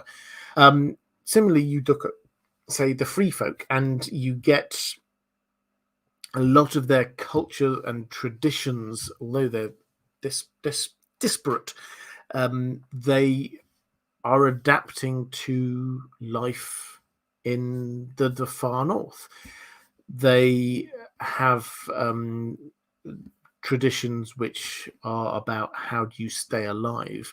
How do you keep an eye out for the others? These kinds of things, it shapes them as a people. And the lack of king, the free folk thing, just kind of springs from this. They're not just being followers. Everybody has to be able to think for themselves, because otherwise, if you can't think for yourselves, you're a goner. So I hope that helps. That's just my random thoughts on your random thoughts, if that makes sense. Catherine Furseth saying, hi, Robert, and a happy Easter to you. Yeah, and a happy Easter to anyone who celebrates it. It's coming up over this weekend. Actually, a moment to just say, patrons, thank you. I try never to forget to thank my patron. This is why I prioritize my questions from my patrons, because you are hugely important. I cannot do what I do without your support, so thank you so much. If you do want to support the channel, if you want to support what I do, there is a link down in the description, or there will be a link down in the description very soon. Catherine says, in A Song of a Storm of Swords, Tormund is introduced by Mance Rayder as, among other things, Hornblower and Breaker of Ice. These two don't fit with the others bragging descriptions and seem more serious and almost more inexplicable. Do you think this is somehow foreshadowing his future story? Possibly, but John is fascinated by this as well, incidentally. John asks, what's this about to Tormund? Why are you called these things? And he wonders whether this is because Tormund was going to blow the Horn of Winter. And it seems that that is actually where this comes from. This is Mance who has given him these titles. He is a horn blower because he's got great lung capacity, and when he blows a horn, it's very loud. And so he would have been the person to blow the Horn of Winter if they found it. The ice breaker of ice seems to be, we get various sort of partial references to this or partial explanations to this. Apparently his laugh can blow the snow off of mountaintops. At one point he sort of says, if I did blow the Horn of Winter, then there would be so many shards of ice coming from it that the Southerners would have ice for their drinks for years or something along those lines. So basically, this is not a foreshadowing thing so much as a Mance giving him titles that he, in the hope that he would be able to fulfill them in the future. Mara Lee, hi there. Mara saying, what do you think will happen when both Tyrion and Fagon finally get to meet Dany's dragons? And with Fagon, the old black cat. Well, the dragons is fascinating because how will they react to anyone? I think Tyrion has got the head knowledge of how to interact with the dragon, so I think he probably, regardless of his ancestry, I think he probably will be all right. He will know not to just immediately try and jump on the back of a dragon. He will know that you have to sort of do these things slowly. You have to gain their trust and friendship. So I think Tyrion will be okay, and that may lead some readers to wonder whether he's doing okay with the dragons because of he's a secret Targaryen. I don't think, again, this will be one of those things you could interpret either way. Fagon, I do wonder, because if he's a Blackfire, he does have some Targaryen blood in him. The Blackfires is just a branch of the Targaryen family, but it is a few generations back, and that's the same as, say, Quentin Martell, who was, over-ambitious, let's say. What will happen if Fagon meets the dragons? Well, I don't think they would immediately hate him just because he is a Blackfire. But at the same time, he's not going to immediately bond with one, I wouldn't have thought, because the Targaryen ancestry in him, if he is a Blackfire, is certainly several generations ago by this point. He's not very Targaryen. He might have some of the looks, but he's not very Targaryen. The old black cat, this is Balerion, the cat in the Red Keep, who is probably going to play a big role in Arya's story. I did a video on that one recently if you're interested. But this was the cat that was there as the pet cat for Princess Rhaenys. Now, so the cat would theoretically know who baby Aegon is as a grown-up. So how will the cat react?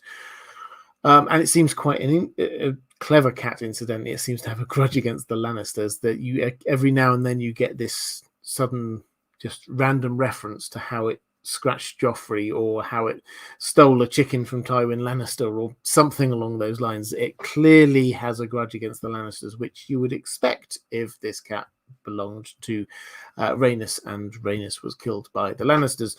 How will it react to Aegon? Probably not well. But it would be fascinating to see if, as we expect, he will move into the Red Keep. If Cersei is forced to flee and he takes King's Landing, which I think is likely, then probably he will come into contact. I don't think that one's going to go too well, is my general take. A reflective rambling, picking up from Mike McFly. Why do you think us, as a fandom of A Song of Ice and Fire, look at George R. R. Martin's work as a puzzle with theories and treating dialogue like a kind of treasure map? Well, I think there's two reasons. The first is that because it's not finished, and that whereas the Tolkien fandom that I'm obviously also a part of, there is probably even deeper looking into the text. It's not looking for the text, trying to work out what's going to happen next, which is where most of this theorizing is coming from. It's to try and gain a deeper understanding of Tolkien's mastery of writing and world building. So that's the first difference, is because we don't have an ending yet. So this is trying to figure out stuff is still fun. The second one is because this is how George R. R. Martin has written the story. He has deliberately been leaving us clues dotted around here for all manner of things. Talked about who hired the cat's paw assassin. He just left clues dotted around that we can then slowly pull together and come to a conclusion about who did that. Similarly, who are John's parents? The drip, drip, drip of clues coming all the way through these stories to the point where we can now start theorizing, which means that we do need to look at the detail of what he writes, because he does deliberately do this. Pardon me. One of the interesting things I did for that video I talked about briefly, that's with Arya and Balerion the cat. This was one of my Patreon benefits at one of the higher levels at $30, is that I will discuss with you if there's a video topic, and if we can come to an agreement about something, then I'll happily make a video topic. And this came from one of those discussions. One of my patrons had this thought that Balerion the cat would play a role, that Arya may well walk into the cat at some stage, and I looked into it and I came to the conclusion that yes, I think that's very likely.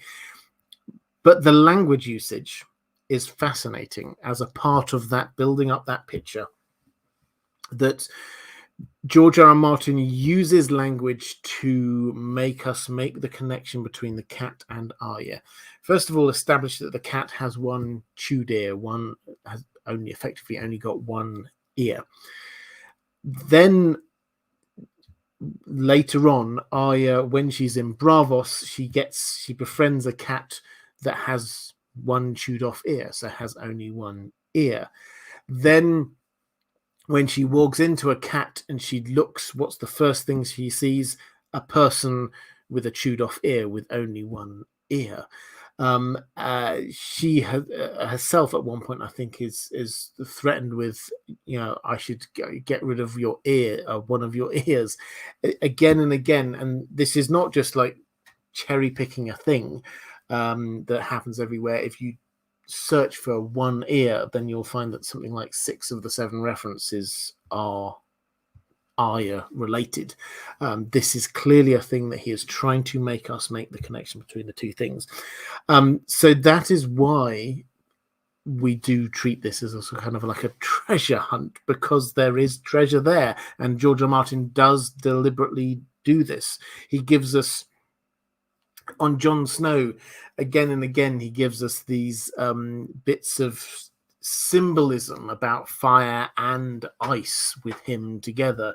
The ice dragon is mentioned in connection with him a huge amount. Dragonglass being frozen fire mentioned in relation to him, and so on. Why? Because his parentage is ice and fire, Stark and Targaryen.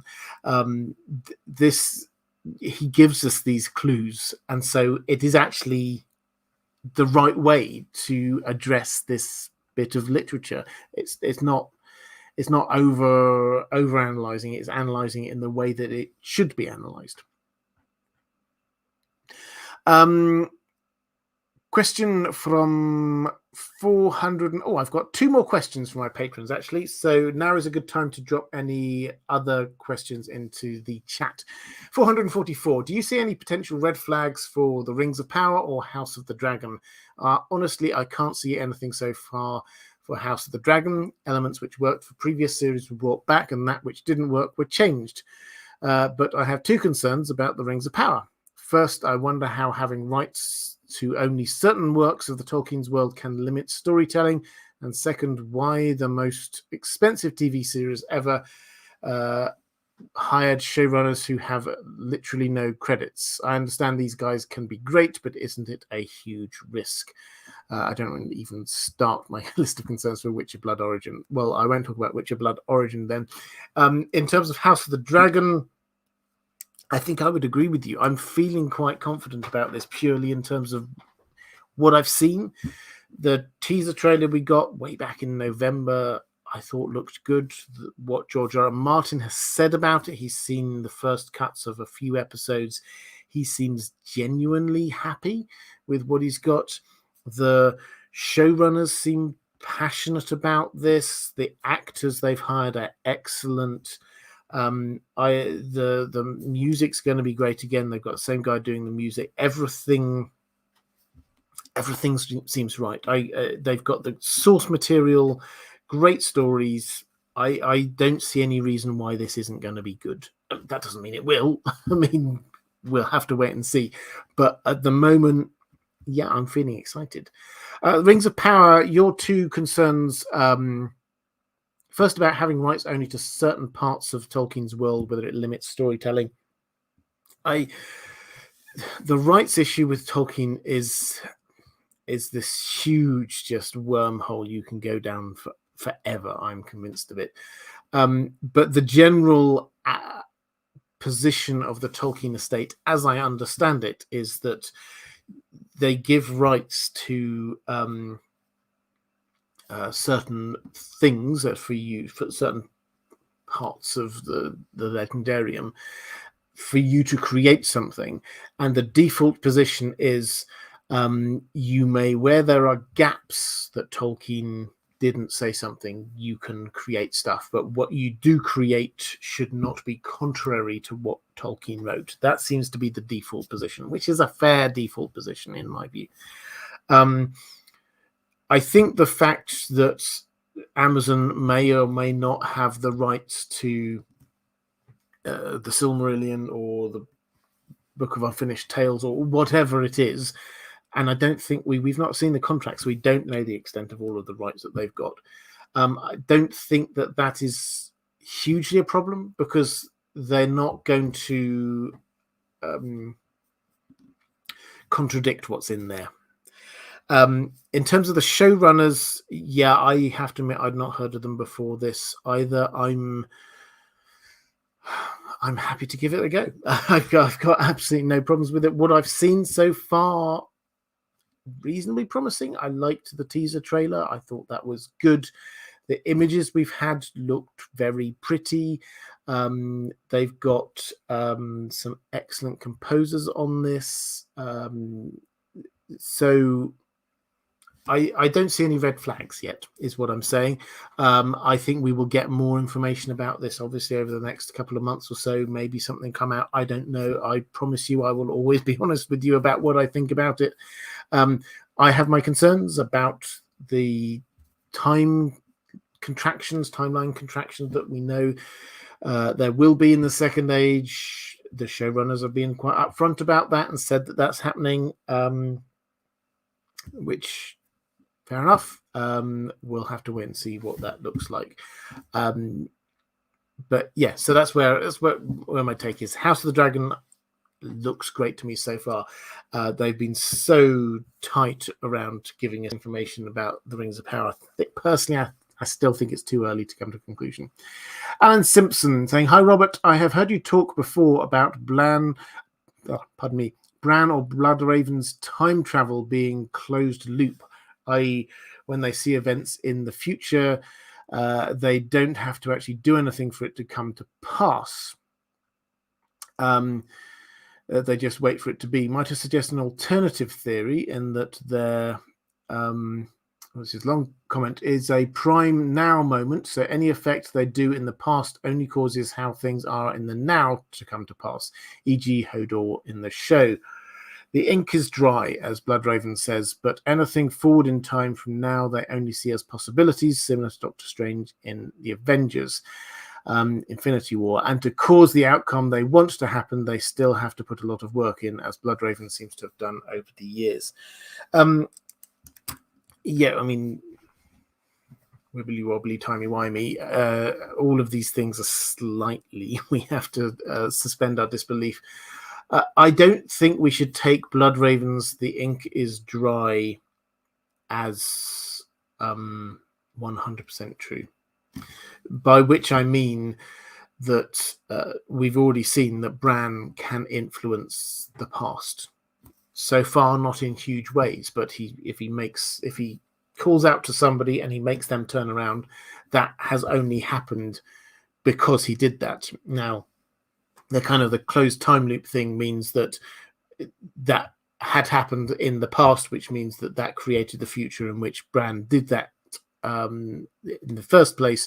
So it is this kind of closed loop, which is what creates the Hodor thing as well. We'll have to wait and see what else happens. Bran's powers are going to get bigger and better, so we'll have to see where that ends up. Caius Ballerina picking up what will be or asking what will be the book justification for King Bran. Will George R. R. Martin frame this as an all-knowing and wise leader to save the realm, or a hellish dystopia of a magical police state? Have Eldritch Horrors won? Well, I mean, I don't think he's going to frame it as either of those things. I think that George R. R. Martin likes having layers, and so I think that he will show us that this is both somebody who can rule wisely for the continent, but also, hang on a minute, this is clearly not a human ruling the humans. This is something that we don't quite understand. So I think that he can have both of those layers happening. The biggest justification, as I see it, is that George R. R. Martin has been quite clear that the first scene that he saw and imagined and wrote about was that scene with the direwolf pups and the dead mother. And the first character he thought about was Bran. And he thought about Bran, and then he started thinking about what Bran's extended family might be like. But this story started with Bran's story. And it kind of works that it ends with Bran's story. That's where we do get in the book. We start off looking at this through Bran's perspective, so it makes sense to sort of end it there as this kind of big loop. The other justification, sort of literary wise, is that he increasingly, to start with, he has this top down view of the world when he's climbing and he looks down on things and he's understanding stuff, and he's having to act as the ruler even when he isn't really the ruler because Robb is away. He is taking on the role of oversight and leadership and kingship even when he wasn't like that. And so I think the foreshadowing is there. I think it works, but there will need to be more.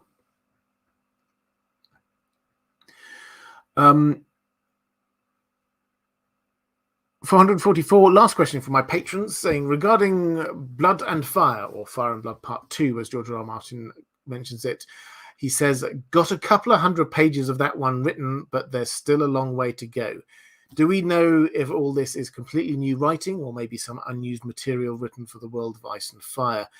And also asking how I've enjoyed your introduction to the world of the Wheel of Time. Do you plan to do more videos about the world or books, or to cover in some way other TV shows? Well, in terms of Fire and Blood, or Blood and Fire, yes, this is this is all we know. Is the answer. George R. Martin wrote that one sentence in his update that he's written 200 pages of the Fire and Blood Part 2. We've got some already. We know some, which is in the World of Ice and Fire. I suspect he's just carried on from where we left off and just sort of started at the beginning and moved forward. And that is a bit that we don't have huge amounts of information. We've got a few pages on, but that bit there we don't have. It doesn't. The World of Ice and Fire doesn't focus on. It focuses on things like Aegon the Fourth and the Great Bastards and things like that. So, is this new? It does seem to be new, but we don't have any extra information. I think he seems to be excited and interested in writing about the Targaryen family history at the moment, perhaps even more so than the main A Song of Ice and Fire. My interpretation is that we should probably expect to see Fire and Blood Part 2, not this year, maybe not next year, but the year after, certainly a lot earlier than we thought we were going to. And I'll take it. That's good. I'm looking forward to it. I really enjoyed Fire and Blood. I'd love to read the second part of the story, and there are a lot of loose ends that need tying up. Now, some fantastic, like Summerhall is going to be there, the Great Bastards, the Blackfire rebellions, the Death of the Dragons. There's a huge amount of stuff there that I really want to know what actually happened. But anyway, yeah, that will happen. The second part of your question about, I did a video called The Introduction to the World of the Wheel of Time, which I did.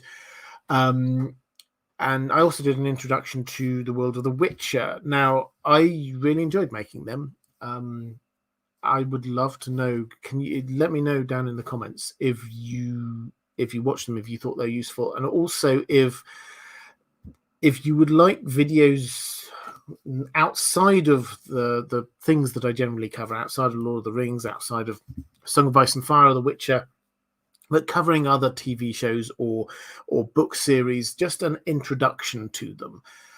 So, for example, Sandman is going to appear on Netflix at some point soon. Now, the Sandman, fantastic graphic novels, but I suspect there will be a lot of people who don't know much about it before jumping into the TV show, and so perhaps an introduction to that world might be quite fun. Let me know.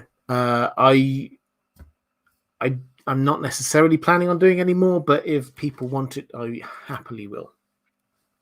Okay, that's my questions from my patrons. I think let's have a quick flick through the chat. Got questions. I agreed. Weirwood saying yes to Sandman. Stephanie Frederick saying the world is crazy. We come here to escape and hang out with the best people. Yet the best people are here. Lots of mod love, which is excellent. And Kai Spelling is saying I meant in book. Bran has the best story equals stupid. Yeah, Bran has the best story is not. No, that's not what was going to happen in the books.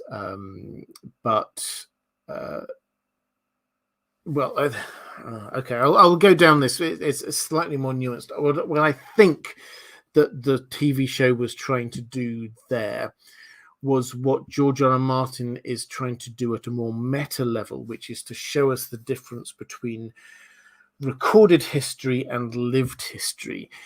Half of what we read about in this world is recorded history. The World of Ice and Fire, Fire and Blood, that is a historian telling us what happened back in the past.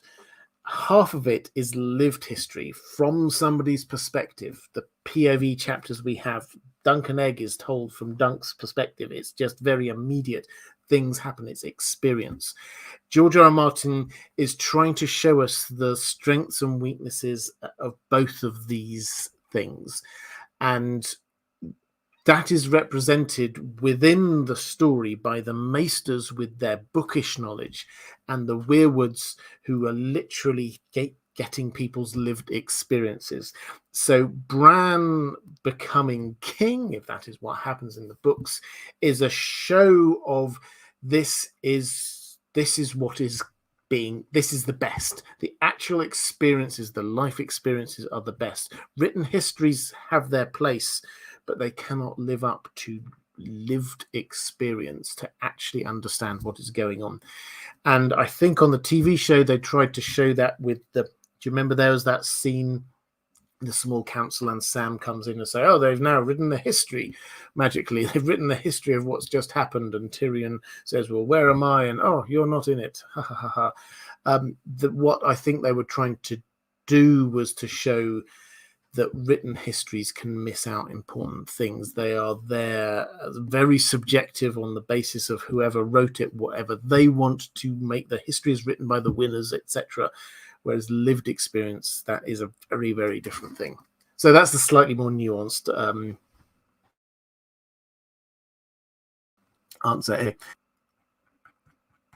here.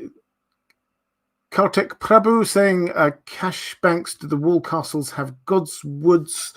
Well, I mean, it's a good question. We're not told about most of them. Castle Black does not. The God's Wood, such as it is a grove of weirwoods north of the wall. That's where Jon and Sam go to do their vows. The Night Fort, we're not told. I think we're not told if it does, but we are told there are 2 weirwoods growing there. So weirwoods are there. The others I don't think we're told about. My instinct is no. But yeah, it's not clear. It's not clear. We just haven't been told all of that. Okay, I think with that, well, Andrew K saying the Night Fort seemed to be built around some sort of super weirwood. Yeah, so there is definitely weirwood going on. We have the weirwood. The Black Gate is also that's clearly weirwood, and yes, but whether there are weirwood groves is not something that we're really told. Okay, and with that, I think, it's been an epic one, 3.5 hours. Wow. With that, I will start to bring this one to a close. Patrons, thank you very much. If you would love to support this channel, or if you just like to support this channel, get access to some patron benefits, there will be a link appearing here-ish. If you'd like to watch some more of these live streams, there will be a link appearing here-ish. I'll be back next week talking about the Dothraki. So if that floats your boat, I would love to see you again same time next week. Take care. I'll see you again soon.